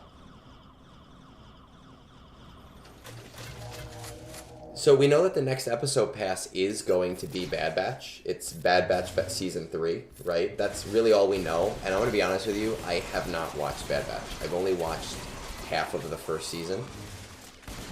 So I couldn't even tell you. I couldn't even guess. I'd love to guess. But I literally cannot because I haven't watched that content. I will say that one of my major predictions for this year, oh, thank God, finally, is Bail Organa. I'm highly, highly expecting Bail Organa for this year. JMK does not work super great without his ult because JMK is all about mastery stacking, and JMK's ult is what supercharges that mastery stacking. Like, you can do okay without it, but you're not going to be doing great without it. I love when this happens. Well, maybe. Maybe I talked too quickly. We'll see. Yeah, where I spend so much time just trying to get to wave 7, and then I end up doing a max run. And I guess that makes it worth it. Sort of, in a weird way.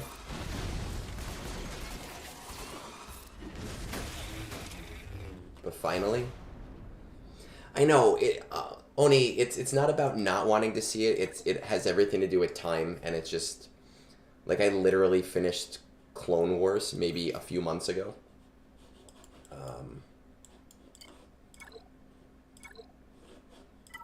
We are going to do this. We're going to just try this. Who do we take out of this? Let's take Grandmaster Yoda out. We're going to just try this on full auto because I've heard with Cam the full auto works. So we're going to see if that's true.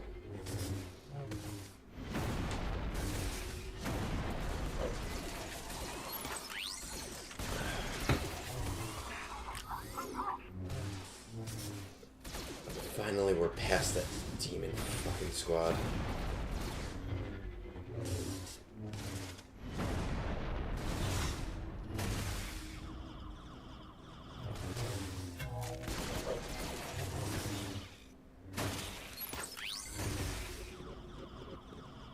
How are we doing, team?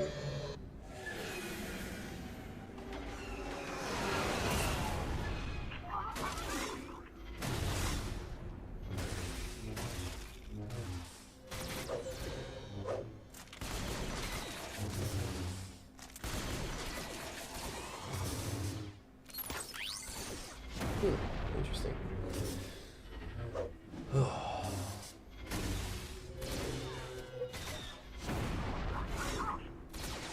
I got all 8, Cap. You must have walked away.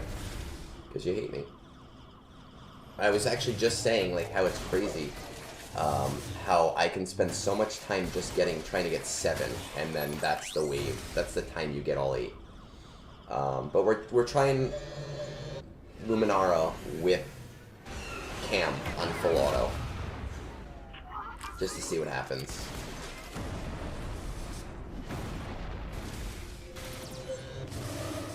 That's okay. I don't pay attention to anyone either. Including myself.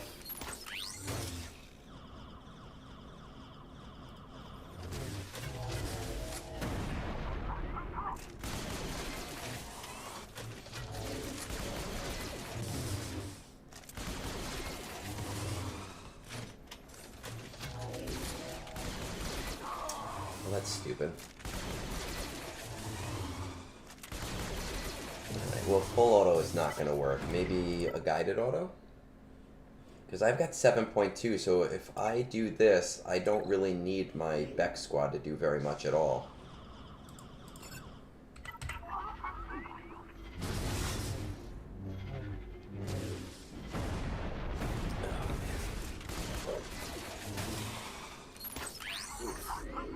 UFO.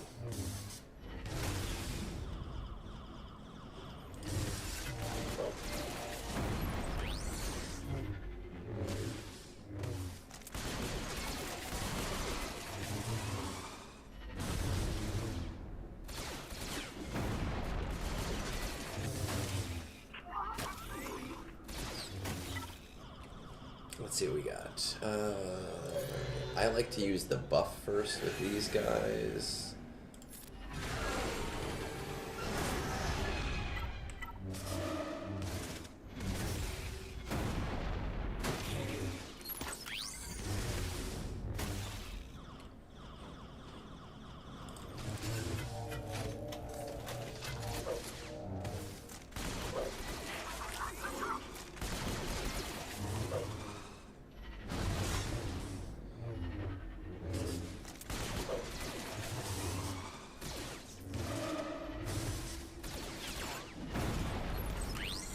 Fuck you.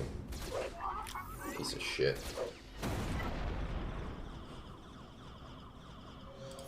Oh, I didn't look at the ability.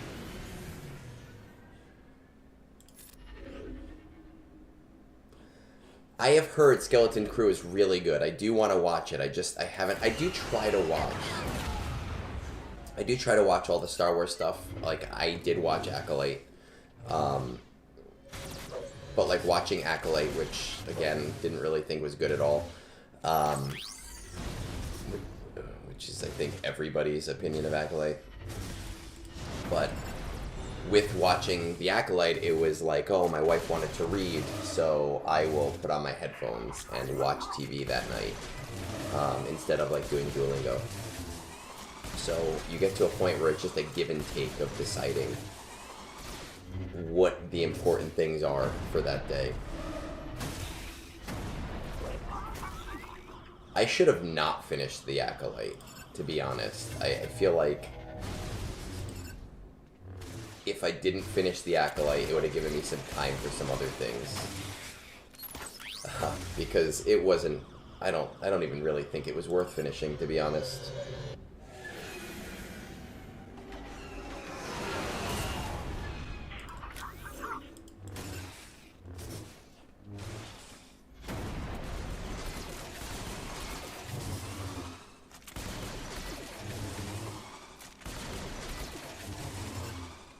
We're only at 55, so we should be able to max this raid without too much problem at all.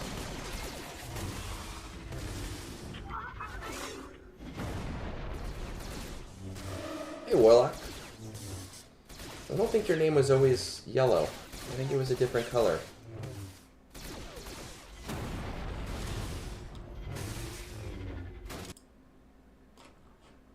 I don't know. Smilo Red? Oh, is that... I literally could not tell you really anything about the Acolyte. Honestly, is that the naked guy who, like, was like, hey, I'm in a pool of water, look at my dick? Because that guy was kind of weird. He's a guy from Squid Games. Okay, let's see. Yeah, it's the same guy, right? Really need like 100,000, I think.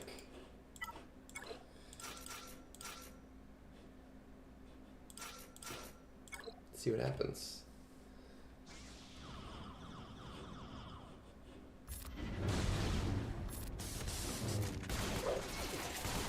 Oh, the other guy. I see. I paid so little attention to it.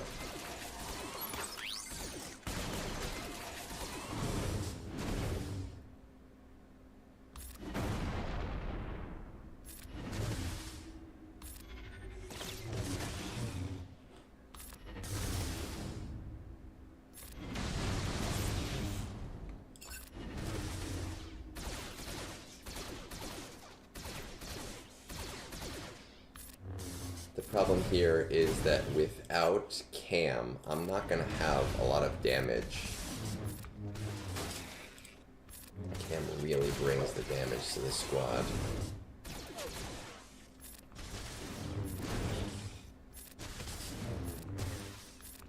But I don't need that many points.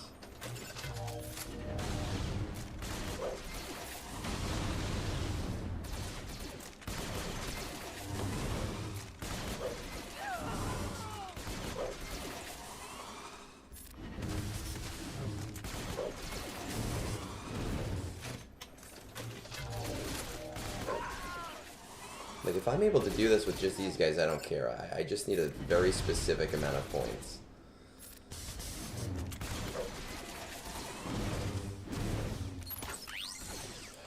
God. I didn't actually do the math.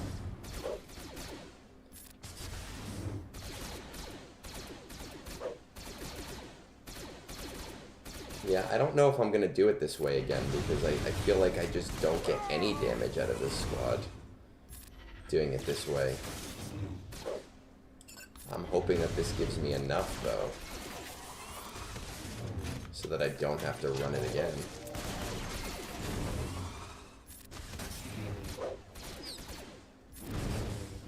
Because I do not want to run this again.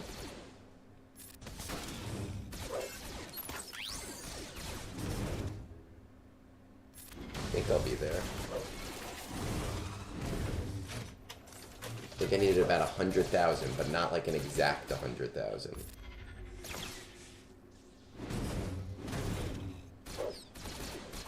Let's see. I am at... I passed the 8.5. Okay. Alright, I did what I needed. Oh wait, no, did I not? Oh my god, this is devastating. I thought that I got this by like, fuck. What a fucking... I thought I just barely got this by that stupid fucking graph, and I didn't. Yeah, I'm never doing it that way again. Fuck you, Cap. If you didn't say anything, I would have done it the other way. I hate you. We're not friends anymore. Oh, God. That's annoying. Oh, well. I would love to be able to sim the raid because it would save me a lot of time. I don't think it's a realistic expectation for them ever to allow us to do that, because it basically means that we'll play the raid once while it's 7-month content designed to be played and figured out.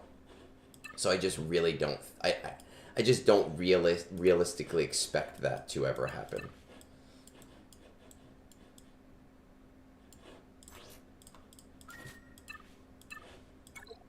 Oh, that was awful. That graph, like, it looked like I was past my... because of the way that they set it up. Fucking assholes. This stupid game. What do we get? Oh, I really need to do this Enoch thing. I don't need to do it today, though. Okay, I'm gonna forget otherwise, so let's change the data back and reload my mods. Oh, I hate that. I hate that so much. I'm so mad at myself. Load my base loadout.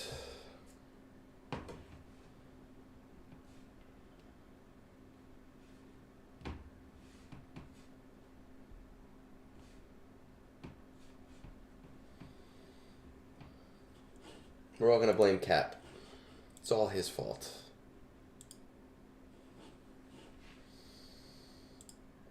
Mods are loading. Fuck.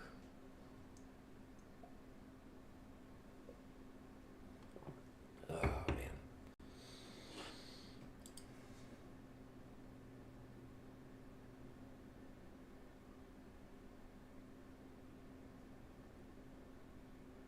Come on. Let's go, Hot Utils. You can do it. You can be a real boy. There we go. Hot utils over. I guess I might as well just do this before we do roster reviews, just to get it out of the way.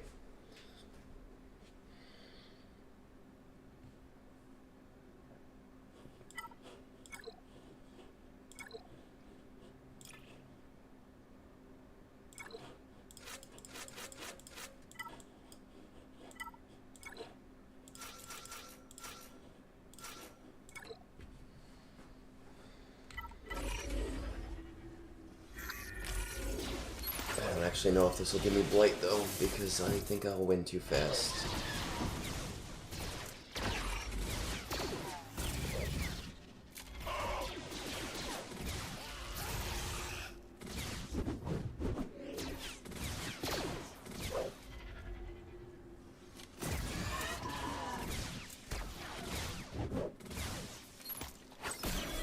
Maybe not. Maybe I will. See what happens. You dead, bitch.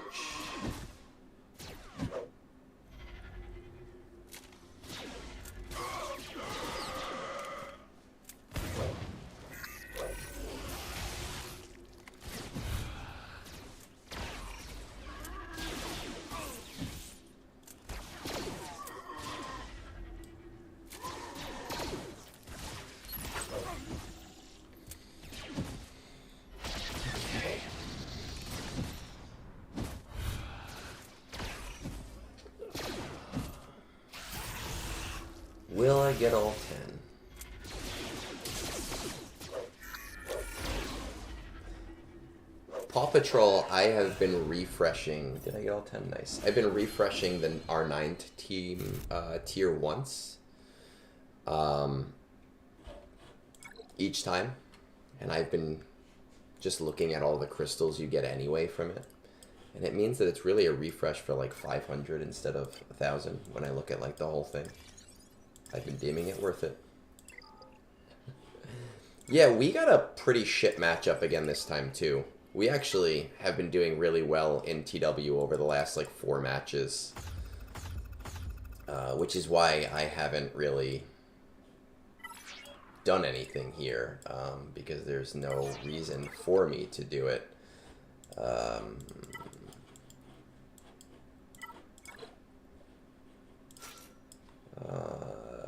Yeah, we'll do it. Just to help out. We'll do a couple matches before we go into roster reviews. Why not, right?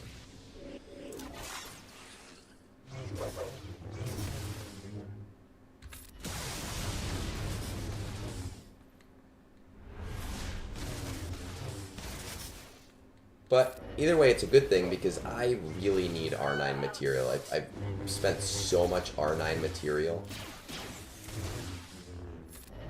in the last month that I am so low, and I'm low on arrow magnifiers.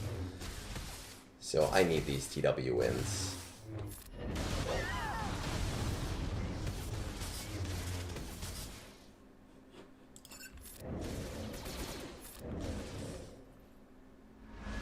Oh, I meant to check on my Leia team to see how they did.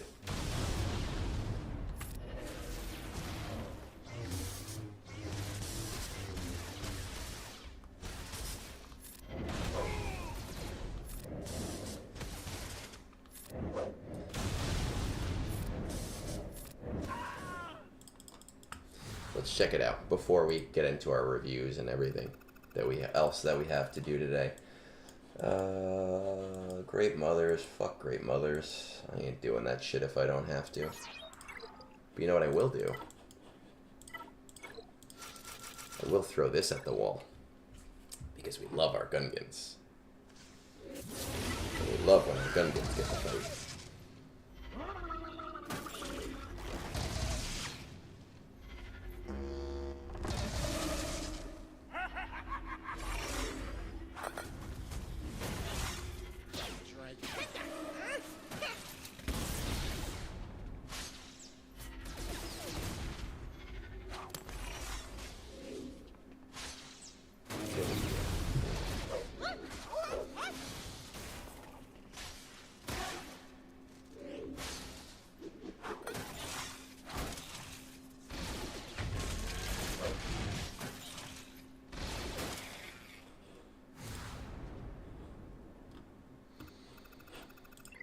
That way I can say I did something in TW, even though I really didn't.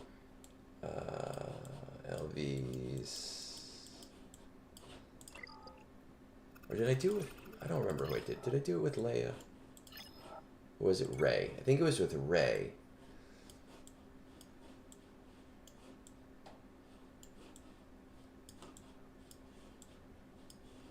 Let's see. Oh yeah, Fulcrum with Ray. So I figured with Fulcrum's, because I don't have her Omicron. I know she's really good with her Omicron in TW. I guess they don't want to fight her. I figured with this Datacron, where she takes the bonus turn after every turn, would make her nasty and really tough to beat in a Ray team. I was really hoping to get some feedback on that from the other side. All right. I am going to step away again for a second just to grab some more water, and then we've got a few roster reviews to do. My list has been adding up lately. I feel like Cap being 18 months behind. We're going to see what we can shore up of that, but I will be right back once I get some water.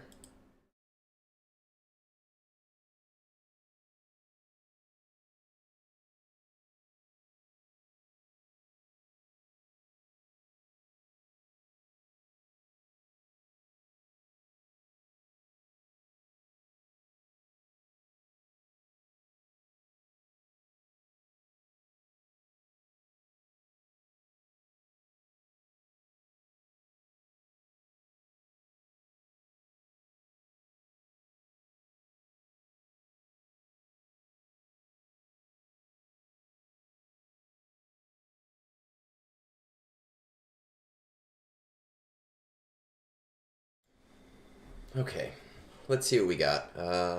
We have .gg up. We have Nena's account. 13. They finally beat it, Oni. We don't need the game up. I do need Discord, but I don't have a Discord source yet, so let's fix that. Where is Discord? There it is. Let's move Discord over to this screen. And there we go. There's HodHod and Nena. Alright, what do we got? 2 hours, 6 minutes? Oh god. I've been talking for 2 hours, 6 minutes, 30 seconds. Let's see. Leviathan, Executor, usual stuff. You coordinating? Yes, still getting first. Peridia Patrol Tier 2. What are you currently working on? So I'm assuming your other assault battles are up and they're in order, right, Nena? Which is why. Okay, yeah, see, I should have read. Didn't mention her at CT3 Sim. Finishing up JMK and then honestly up for anything. I'm hesitant to go for Ahsoka at the moment with how heavy her cost is without any mention of her economy event. Thoughts on what I should get otherwise? I mean, personally, I think, and I hate saying this, but I feel like Peridia Patrol is her economy event. You have to get them to R7 for her, and it is a fairly good economy on Relic 9 materials, and I want to get ROI on that as soon as possible.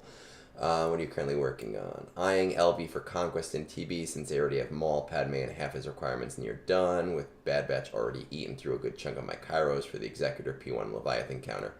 Otherwise, Leia is also a great choice for me with already having JML, Jab, and Profundity on top of needing more light side than dark side tunes for ROTE.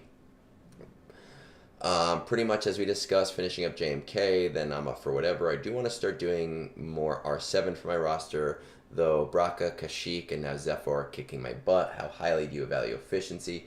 Value efficiency over fun as usual. My order of importance didn't change, so it's still ROTE, TW, Conquest, GAC.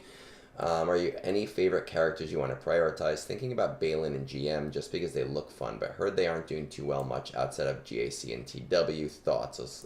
Also, if you won't be suggesting either of those two GLs, I really just want to R7 my Mother Talzin and an S team to be done with Dathomir. Thanks in advance. Okay. Audio is going in and out. Is audio screwing up for anybody else? How is the audio for everyone else? Do I have to... I don't understand why I have to keep resetting this mic. We're going to have to do like a sponsorship for a new mic. I bought this one like 8 months ago. It should be fine. Same here, going in and out. All right, let's see. Let me refresh it and see how that works. Where is my camera? It's fine for you, but it wasn't for everyone else before. Let's just refresh the camera just in case.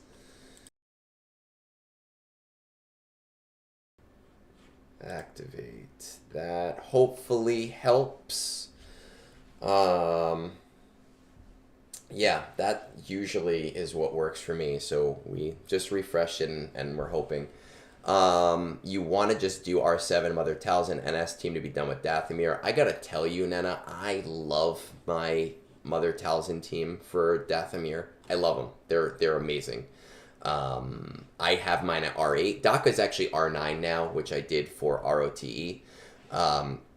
But I really do love the team, and with the right modding, they can auto the special mission. I like them for Conquest as well, because especially when Amplify Agony is, they don't do really well if it's not a debuff heavy data disc set. But for Amplify Agony, they can just like burn through Conquest, which is really nice. They work really nicely in TW against Pogglekron is tough. It does work against Pogglekron, but you can't play it on auto. And it does work against the GG Droidicacron, which is really nice as well. And then in GAC, it is hit or miss. Some people are still one-shotting Jabba with it.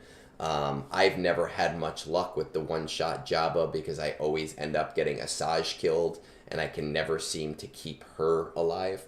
But I do use it as my Jabba two-shot pretty often.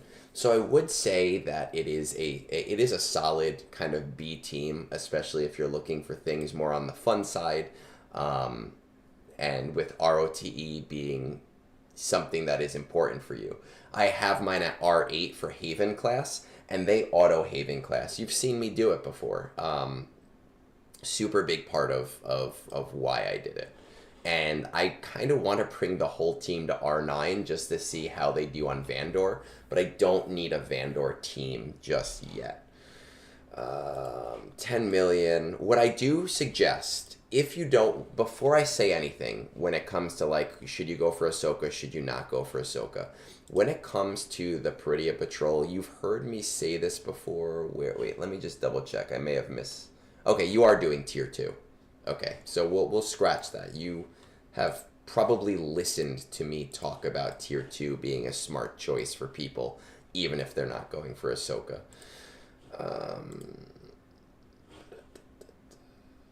One thing I will say also about Baylan, Marok, with his Omicron and ROTE, he cuts through shit. He makes the Reva special mission an auto, which my guild doesn't need to do anymore, but I still want to get the Omicron. And I have seen videos of him going all the way up to the R8 tiers on auto with Inquisitors because of that Omicron, and it's just silly. So I'm very much planning... I'm very much planning to... Let me try something real quick. Let's move this over here, turn this here. Let's try that there. I moved my mic around. I'm hoping that that helps. But otherwise, I do really want a new mic. I bought this when we first started doing live stuff.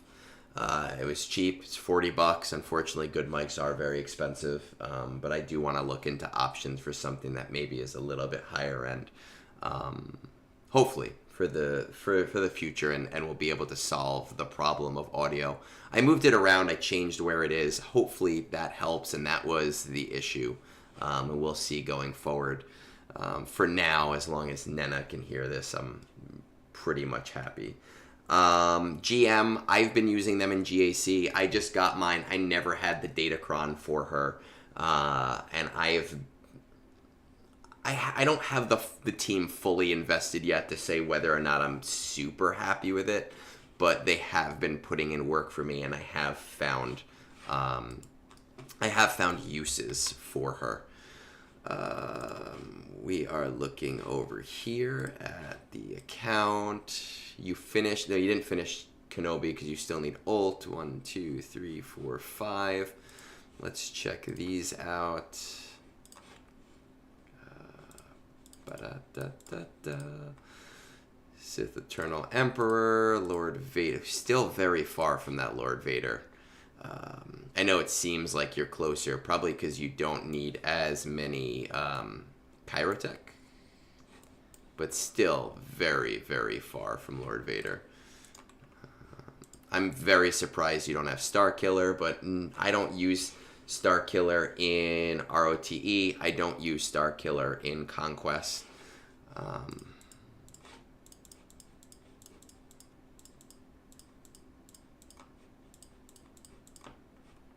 Leia, Bo-Katan. You do have Bo-Katan. Jar Jar, not super important.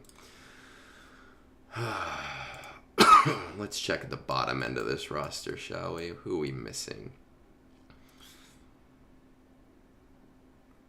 Syndulla.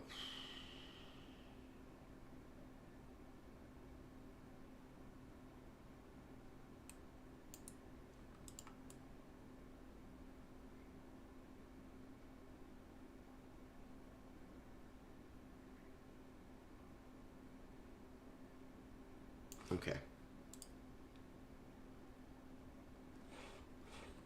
All right. Well, I also changed my mic position. It's much closer.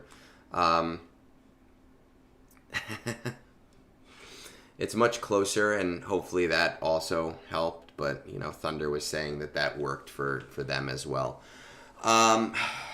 You're in a tough position because I do think... Oh, look at that. I have this up. I do think that Ahsoka is not done in terms of how important she is going to be. And I know she's expensive, but she's not somebody that I would sleep on. The Prettier Patrol team, I'm going to tell you right now, for what you like to do, the Prettier Patrol team is amazing in ROTE with the Omicron. They are a full auto. We have videos on our Territory Battles library that somebody posted where he took all of his mods off and he was winning battles with the Captain Enoch Omicron. I wouldn't suggest that for everybody, but you obviously prioritize ROTE, so I can see that as a very big thing. I do have the Omicron myself, but I don't have a full Imperial Remnant team yet. However, one thing that I will say is that in some of the middle sectors, you can 4-man. So I've been using them as a 4-man team with my Leia requirements, so Scout Trooper as well. And just with the Omicron, it's a beautiful thing, right? And again, not saying that it's great for everybody, but for you, for someone who prioritizes that, they do great in ROTE, and they do really well in Conquest as well. Now, when it comes to the GM team, a lot of people have been using the Dead Bros with the GM team for TW and GAC instead of using them with Enoch. So if you are somebody that wants to go for Baylan because you're like, Baylan seems like he'd be really fun, you can kind of get 2 for 1 by at least starting your Ahsoka requirements, doing your Peridia Patrol characters, getting them to that R7, while also doing Baylan in order to get him. And you'll have this weird GM squad that you can use for TW and GAC, and then a Captain Enoch squad that you can use for ROTE and Conquest. However, the one thing I am going to kind of point out before I say, hey, you should definitely do that, is that we're about 2 months into the time frame for Baylan. We should be expecting him back in about a month or 2, and you have not even really started the requirements. And while Great Mothers and Morgan are both Cantina farms, which makes them easier to do really fast, Marok is going to take you 2 to 3 months, even with 1 refresh, so you'll have to put in a lot more time in order to get him. And then Shin, kind of the same thing. So that's something to keep in mind when we talk about when he's going to come back versus when you'll actually realistically be able to get him, right? I don't know, man. Like, I would say, what I think I would do in your situation is I would put myself in a hoarding pattern until CG comes back from vacation. And finding out what their intention is with the raid. And finding out what their intention is with continuing with Ahsoka. Right? Because I would say I really strongly feel Ahsoka's has a raid coming to her, which is not set in stone. But that if that is not what is coming, that you should strongly consider going for Leia. Because even though Endor Escalation is not a great economy event, it still is a good economy event, and she is a solid player in ROTE at the Lightspeed nodes. I use her on auto all the way up until the fourth day, Lothal. She really is good as another option in Conquest next to Jabba, especially for when you have to do like the no Ufus. And she really is just a very strong team for GAC. Apparently right now she is also the counter to Ahsoka. So I think that Ahsoka or Leia should be your next path. But I do think you should be in a more of a hoarding pattern until we get more answers from CG. And when I say a hoarding pattern, what I mean is do shards, right? Get shards for the characters that you need. I didn't look at that for Leia. Scout Trooper you have. So I would maybe do like 5 battles a day on the ones that you don't have.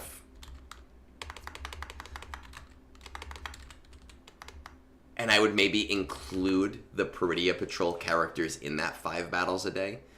And once we see whether or not that raid is going to shift and be Peridia related, or whether it's going to be New Era related, would tell you whether or not you should do Ahsoka or Leia. If you are okay with slow farming Balin, I mean, the thing is, like, he's great on offense, not great on defense. I don't know how he does in ROTE. I don't know how he does in Conquest. People seem to be kind of lackluster on him. And I personally feel like he's going to end up like the next Dr. Aphra, right? Like this is a really great character if you have nothing else that you need to go for. If all of that makes sense.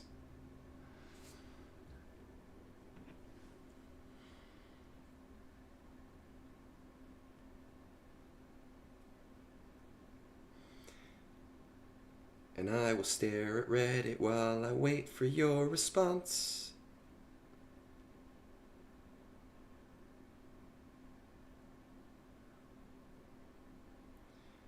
Ba-da-ba-ba-ba, da-da-da-da.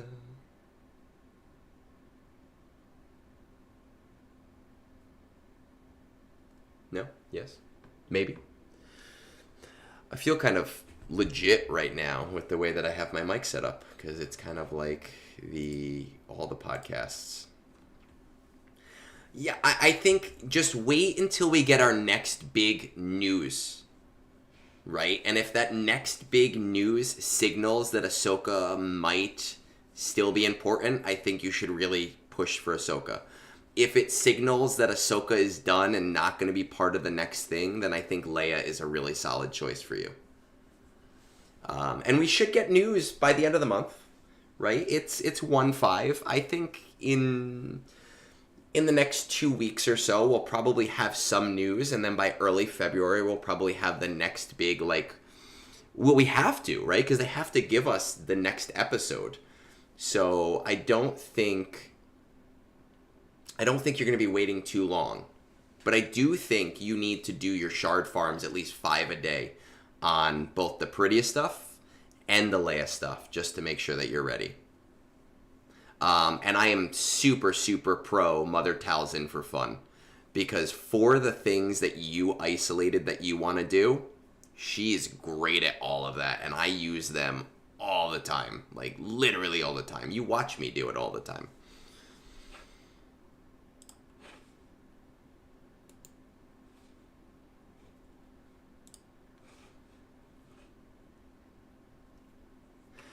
You know, one thing that I'll say before we move on is that when we talk about the high cost of Ahsoka, it's a natural progression for this game because we've gotten to a point where there's really not that much left in the game that you can make people relic that they haven't already reliced. So when we talk about like, oh, this one has 6, but that one had 2, I get it. So yes, she's expensive, but we've also pushed a lot more into the future in terms of speeding up older farms by giving us new ways to get Chirotech, by giving us new ways to get relic materials. So I really don't think it's that bad, personally. But that's what I would do. Let's go to HodHod. Let's go to HodHod with the weather. Top 10 to 15 are all executors, but there are 2 7-star Leviathans that pop up the other day. I set up a Discord fleet server, but only one person wanted to join. All things considering, my fleet arena is pretty dead. I never drop off less than rank 10. That's awesome. I hate you. I'm jealous.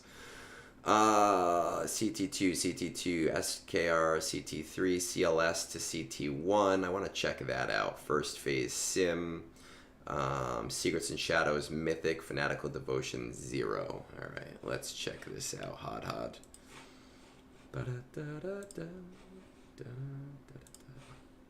4.3 million. Awakened Represent. 1. Just the SLKR. I want to check out Military Might.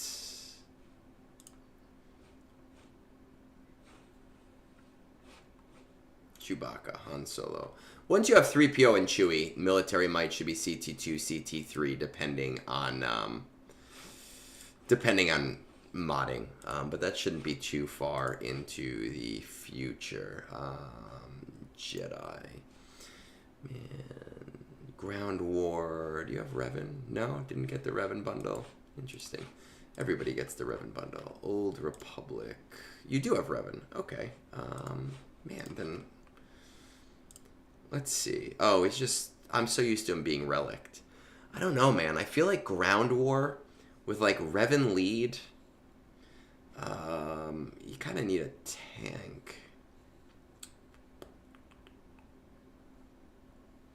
Like, Ground War with Revan lead, maybe General Kenobi at G12, Ki-Adi-Mundi, Jedi Knight Anakin, and then, like, Jolie just in case. If you mod them, you should be able to do CT1 on this without too much trouble for Ground War.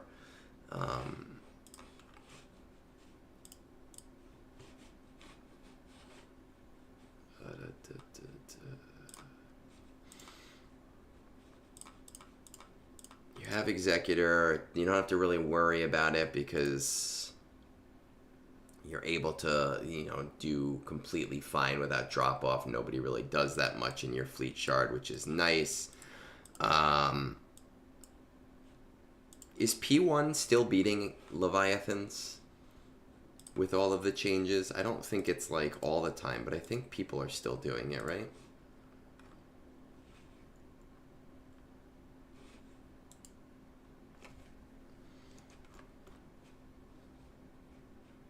I'm pretty sure people are still doing, because that might be just something to slow farm, is 5 battles a day on that P1, to make sure that your fleet investment doesn't have to go too crazy.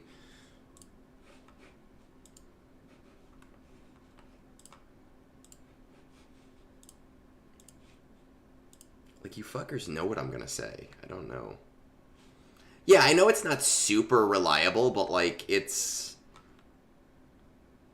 able. I know, and his are at 5 stars, but it's just like something you can do at a very low investment to make sure that you have some degree of ability to win as you start to see more and more of those kind of come up.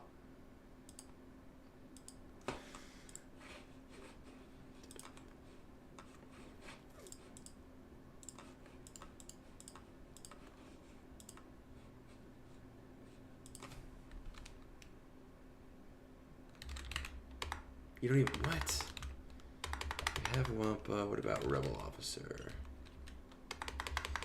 My man. Listen, you come into my streams every Sunday. Like, literally every Sunday. You're here every Sunday, you come in here with a dad joke, I laugh, we giggle. Sometimes I say it's not a good one, you give me another dad joke, we have this whole thing going on. You're here literally every week. You're at exactly 4.3 million GP, and you're asking me what you should do next. And, like, you're Jabba JML.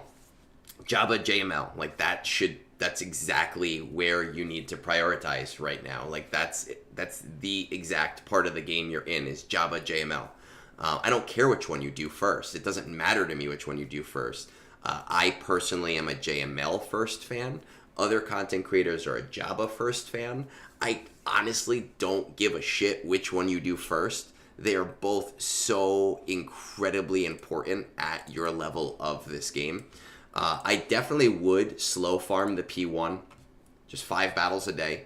Don't worry about it. Just kind of like let it sit there. Let it do its thing. Let it build itself up. That's like your breaking case of emergency thing for 5, 6, 7 months from now when you have more Leviathans in your fleet chart.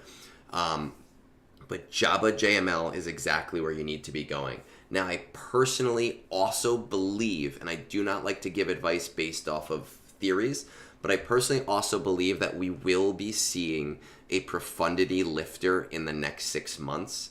And I think if you're going to go Jabba JML, it just doesn't make sense to not also go for profundity. But this is one of those easy reviews. Like, there's nothing else you should be doing other than Jabba JML. And again, I personally think JML first because of Conquest, because of military might, because of ground war, getting those to CT3, because he's solid in GAC, ROTE, Conquest, I know I said already. NTW,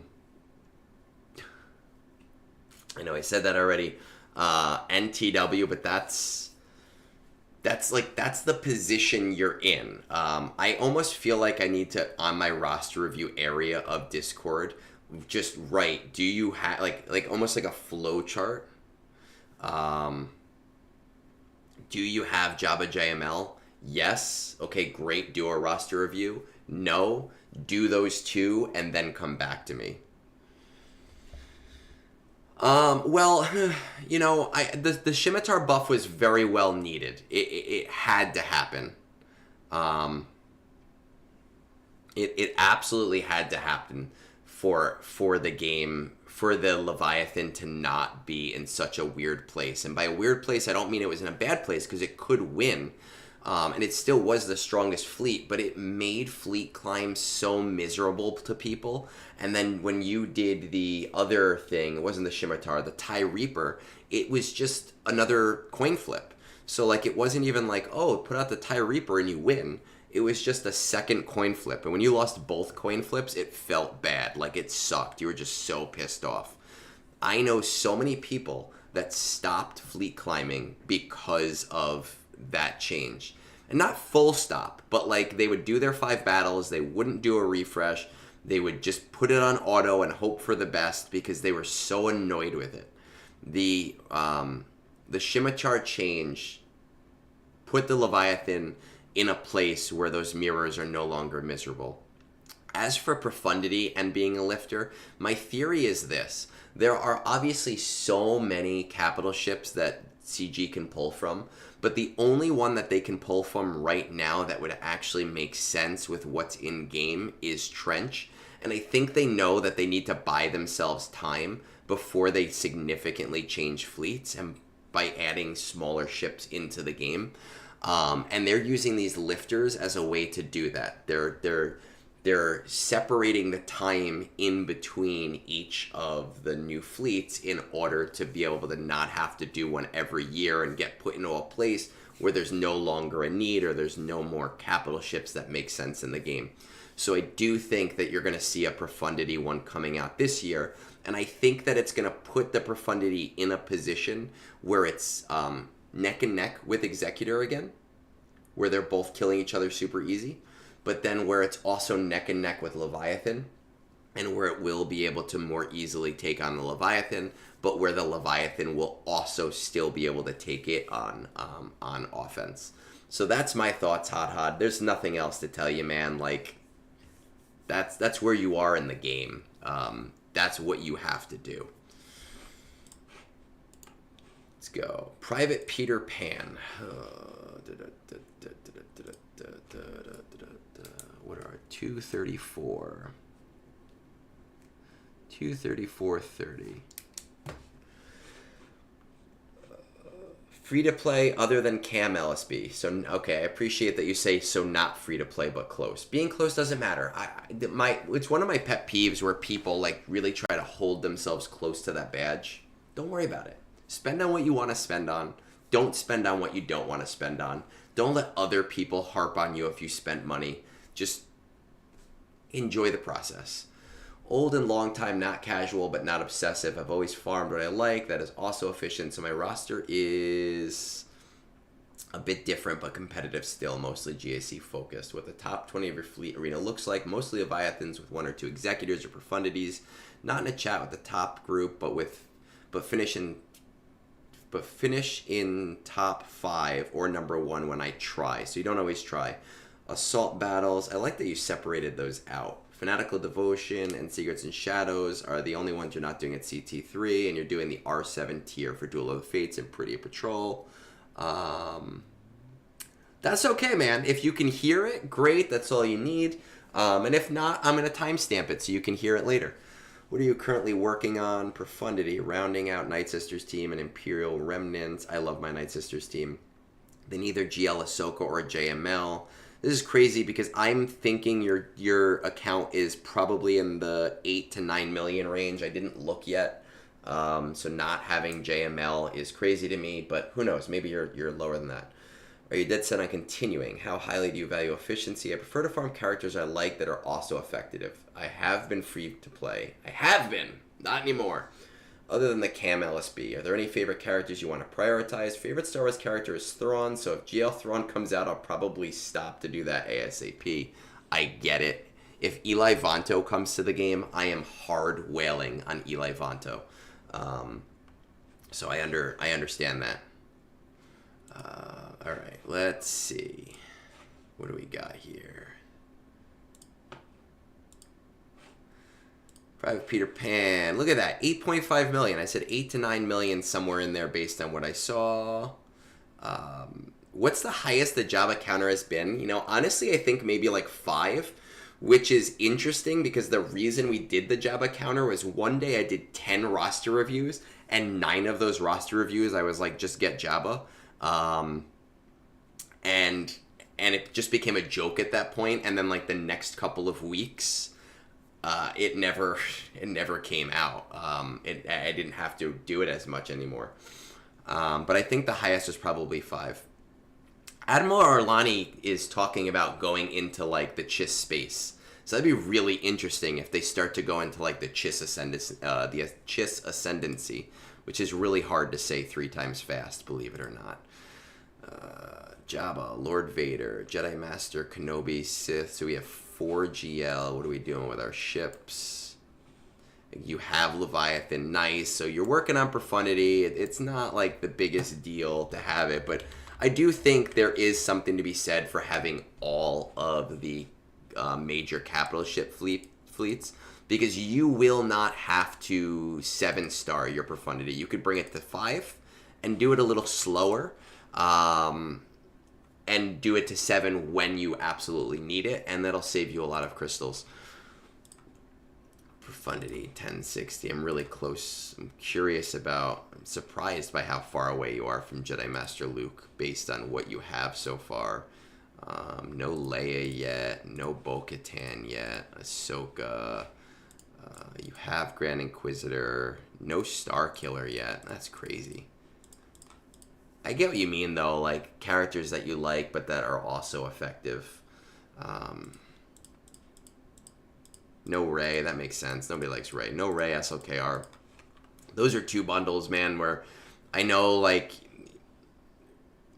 being a light spender, those 2 are so worth it just to cut out the middleman, and they're so cheap, too. Let's see. I want to check out Duel of the Inquisitors. Okay, so Fanatical Devotion can be beaten at CT3 without Reva. But I am going to say I just don't think it's worth it to do CT3 there until you have Reva, so don't worry too much about that. It's such a pain in the ass event without her. Night Sisters. What do we got here? So you're trying it you want to do it the Great Mother's way. I know it can be done with Great Mothers at CT3. I do think it takes a little bit more luck. I don't have a lot of experience with it, so I can't really talk about it that way. I do think, and I've heard, Merrin does very well in that team, so I can see a path where you get Merrin at least to G12 to make her usable there. But it's not my area of expertise doing it the way that you're trying to do it. I do think that CT2 is a strong point, though, and that you shouldn't be too terribly concerned. The other thing I want to point out is I was always hesitant about telling people to go for R9 on the bros because Meat had made comments that made it seem like Duel of the Fates would not...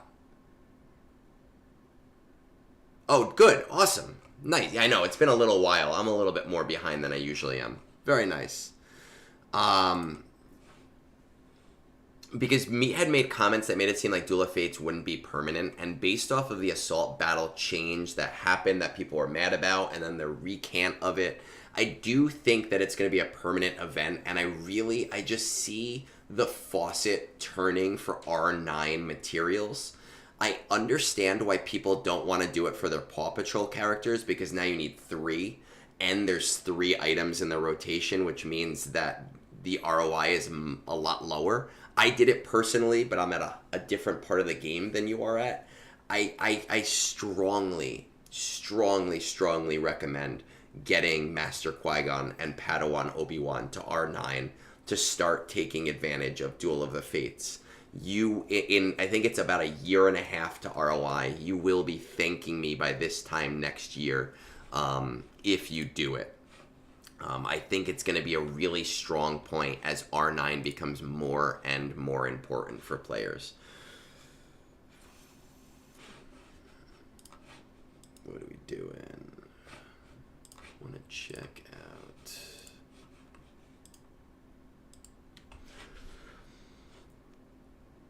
Ahsoka. Are you planning to farm Ahsoka? I don't think I see that in here, but I know that you did the Paw Patrol boys.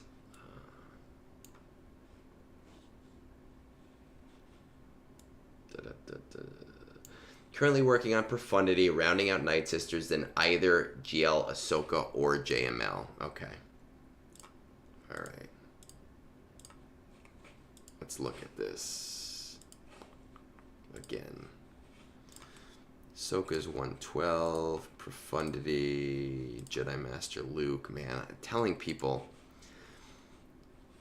I would say it's very similar to what I kind of said to Nena. Profundity is really strong, but I'm very concerned about what we're going to be seeing in the future, and we don't have much information on that just yet. But we should get information on it within like the next month or so. And you're kind of in an interesting position with Profundity because you're still working on that, and that should take you like 2 to 3 months. it really does blow my mind when an account at your level does not have JML. But I am so strongly convicted in the sense that I think that Ahsoka's importance has not been fully realized yet. So I personally would say continue what you're doing with Profundity. And if we see that Ahsoka is going to keep importance outside of PvP, right? Like she's going to be part of a raid or there's something else coming up with her, then go for Ahsoka. But if that's not the case, then you need JML. Like he's such... There's a lot of things that you've already done, like military might and ground war, where you don't need him for those things, but he is the hands down strongest conquest character in this game, and he makes doing conquest bearable. So if Ahsoka does not have stronger importance by the time you finish Profundity, you have to go all in JML and just finish that part of the game so that you can do better at Conquest and building out newer characters as they come in. If Ahsoka is outwardly important, more important than just a, hey, strong character, then I do understand going for her first. Blackhammer, I am all in on my Broncos train today, man. We have to beat the Kansas Shitty Chiefs. I love it. That's what we're going to call them from now. We got to beat Bones' Kansas Shitty Chiefs today, and they're putting in all their second-string players, so it might not be a super fair game. I will be very sad if we lose. We have to go to the playoffs. So I don't even give a shit about the Giants. I don't fucking care about them. I am ready for my Broncos game later today. So, Nicholas, that's really what I would be doing right now. Finish your Profundity. There's just something strong to be said about having all of the ships done. But really, a lot of what you need to do next is going to be based on where the game is taken next. And part of that is going to be based on raid, right? So once you start to get towards the end of Profundity and you start to see, hey, we're doing this or we're doing that, that's where you decide JML or Ahsoka. I think Ahsoka's going to be important, but I don't know for sure. But JML is just like one of the best characters, and you really should have had him 3 million GP ago. I believe that you're going to be driving, so I'm not going to ask you any follow-up questions and try to map out your path past to that. Because really, I think if you go for Ahsoka, you have to do JML after. And if you go for JML... and Ahsoka is not having increased importance, then I think you should go for Leia instead of Ahsoka. But that's all based on like this flowchart that we don't know is happening or not yet, right? So we have to kind of play that flowchart. I appreciate it, buddy. Drive safe. Blackhammer, now that I have a new setup, maybe we could have you join us again, but get yourself a webcam so we can see your pretty face. Also, I don't know if you want to drive out to Connecticut, but Nomad and I are going to Armada Brewing next weekend. If you want to take a road trip, I'll be taking a 2-hour road trip down there to have a couple beers with him. So anyway, let's move on. Let's try really hard to get at least one more done because I've been doing 3 each week. So let's see if we can get at least 4 in. So I know you're not too far away. Ooh, I think I deleted the wrong one. Reopen, close tab. Huh. Oh, I must have deleted it for some reason before. I don't know why. There we go. Rick the door technician.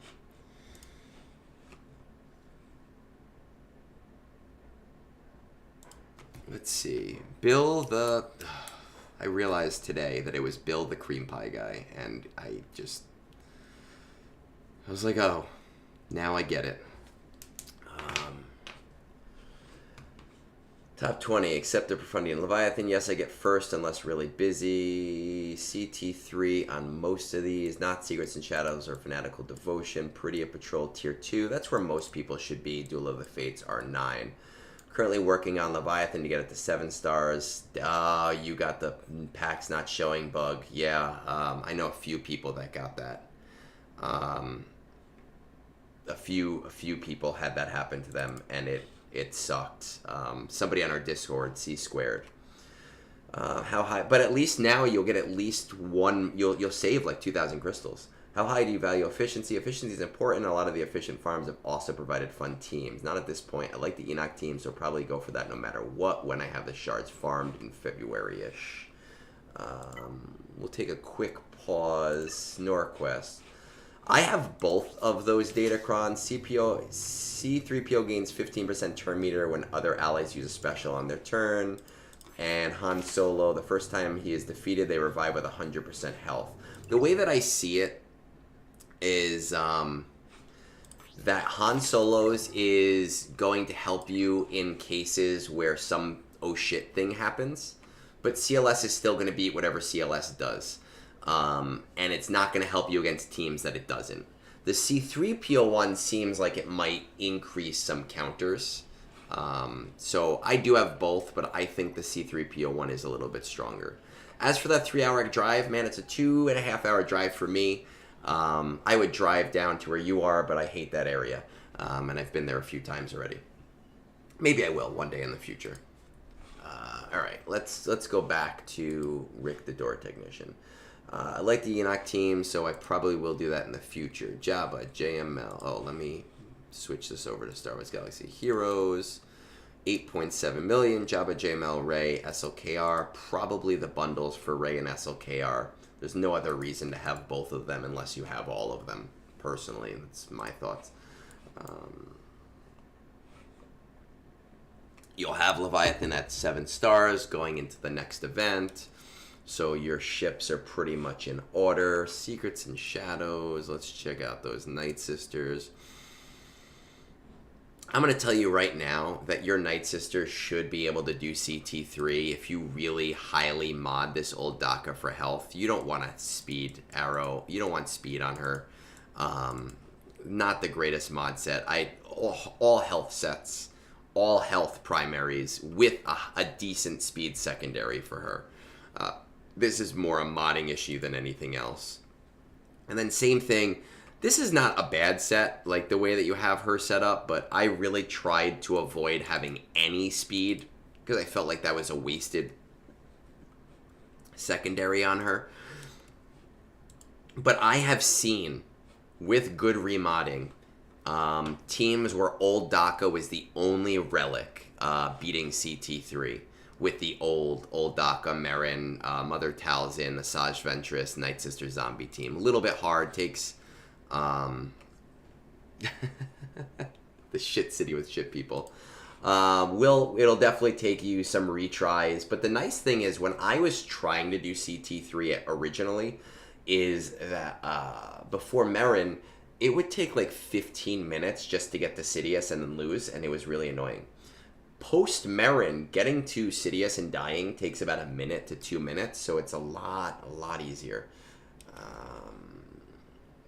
Shadow, Fanatical Devotion. We haven't even started Inquisitor. So you're doing it with Tuskens? I mean, I know it's possible, but damn. Alright, I mean, I think it's time for you to go for your Inquisitors. C, Leia, that's your, what are you currently, I think this is the most, I'm kind of sure what to go for next. Finishing Ol, and then C, let's take a look. My personal belief with C, oh, hey, there you are. Let's see, let's just check. Did you, oh, you bought the bundle, I'm assuming, for C? Because then I understand going for C, 100%. Like, without a doubt. Let's see. Captain Drogon. Nessa is 5. Captain Rex. And then Scout. So the hardest part of Leia, you do have pretty close. I don't hate your path. What I do think is that you're doing 7-star for Leviathan. Yeah, okay. Oh, so he's just not high level then, because that's why I don't see him. Oh, there he is. When I look at GLs, I'm so used to them all being on the top that when I see other characters, I don't even see GL under them, and I see he's right here. And that's because he doesn't have his ult yet. He's not really great without his ult, but I understand that you have to farm that and get it. A surprise to be sure. So, finishing ult for Jabba, finishing ult for C, going into Leia, I don't hate your path there, but I think that as soon as you can start affording to, you need to start slow farming your Inquisitors. You're in you're not in a guild that's going to get you Reva, are you? Is this like an I love my guild kind of thing, or is this like a I'm not sure that I can do better kind of thing? Because you can definitely be in a much better guild without any doubt. And that's an important thought, I think, when we talk about what you should do next. Like, is this like a I love my guild, I'm never leaving?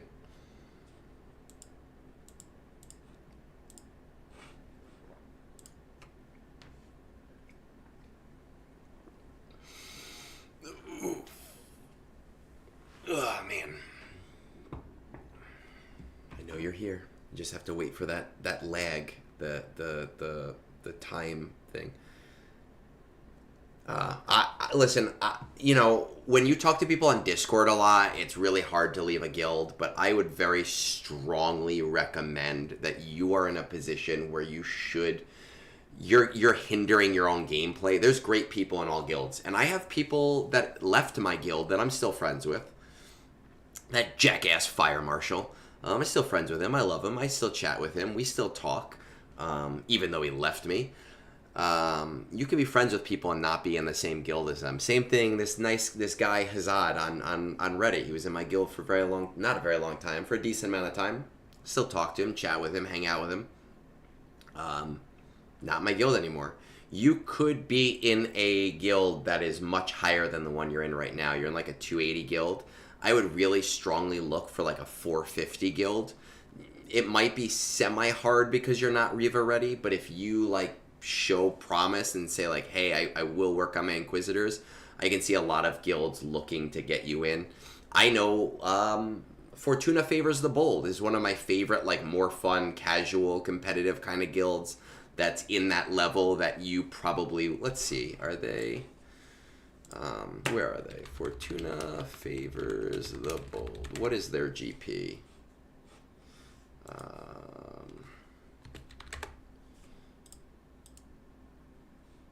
Yeah, they're about 391, right? So about that 400 point. A really great group of nice guys, and I'm sure that they have people that they need to get rid of on the lower end. I've been in a few guilds in my time, not a lot of them. I don't change often. I really try not to change. But once you get to a point where your gameplay is above the gameplay of the people you're playing with, you're doing yourself a disservice, and you're actually going to make the game less fun for yourself. So I really think that I would strongly recommend finding a new guild. As soon as you can afford to start slow farming Inquisitors, I do think you should be slow farming your Inquisitors, and that should be your next top project after Leia. And if you start slow farming them now,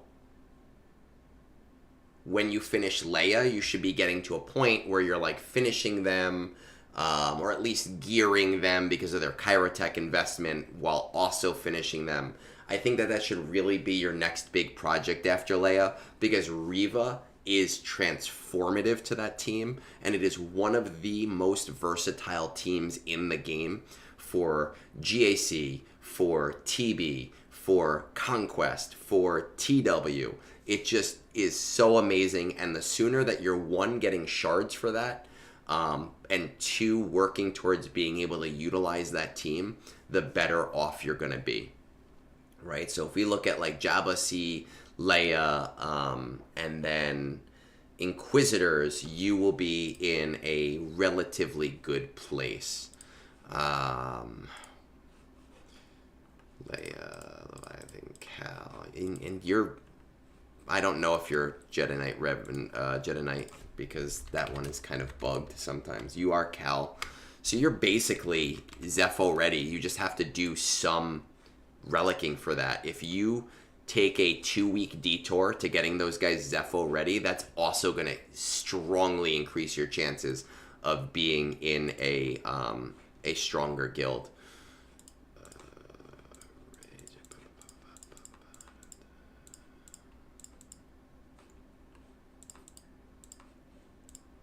Yeah, that's where I would go, man, and I would reassess after that. It's really only, and that's really only like 4 months. That's like between all of the things that you're working on right now. I could see you being done with that in the next 4 or so months. And if you're in a better guild, you will find that your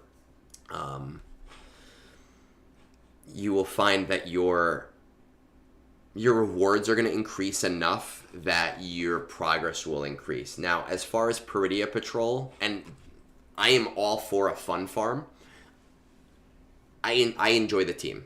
I know they're not performing as well in GAC as people would like them to, or in TW as people would like them to, unless you put them under GM. But I've really been enjoying the team in TB and Conquest. It is now one of my favorite teams. And I do see, I see the floodgates opening to make the game harder at the top end. So anything I can do to start, like, have an economy event, I try to get it done. Would I get them to R9? I don't know if that's necessary at your level of the game, but pull the trigger. I would do it. If they're a team that you're like, I want to do it, get them to at least R7. And if you do all of that stuff between the Jabba ult, the C ult, Leia, Inquisitor started as soon as you possibly can start doing 5 battles a day, and the Enoch team, I think you could have all of that done in 5 months or so.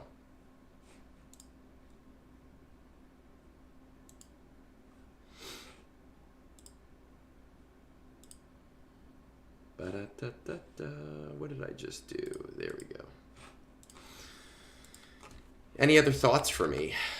Anything else? Star Wars.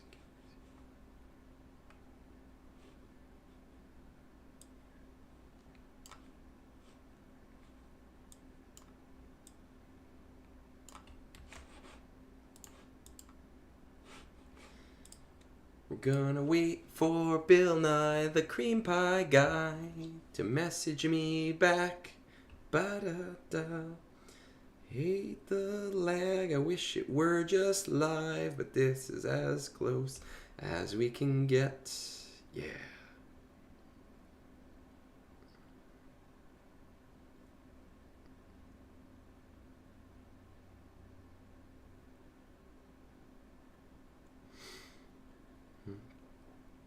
Ba-da-da-da-da. All right, awesome, man. And for 4 or 5 months, you should be good. You should be on the path to where you need to be. And like I said, this is my advertisement for Fortuna Favors the Bold as one of my favorite just like guilds of people who know how to enjoy the game and have fun with the game.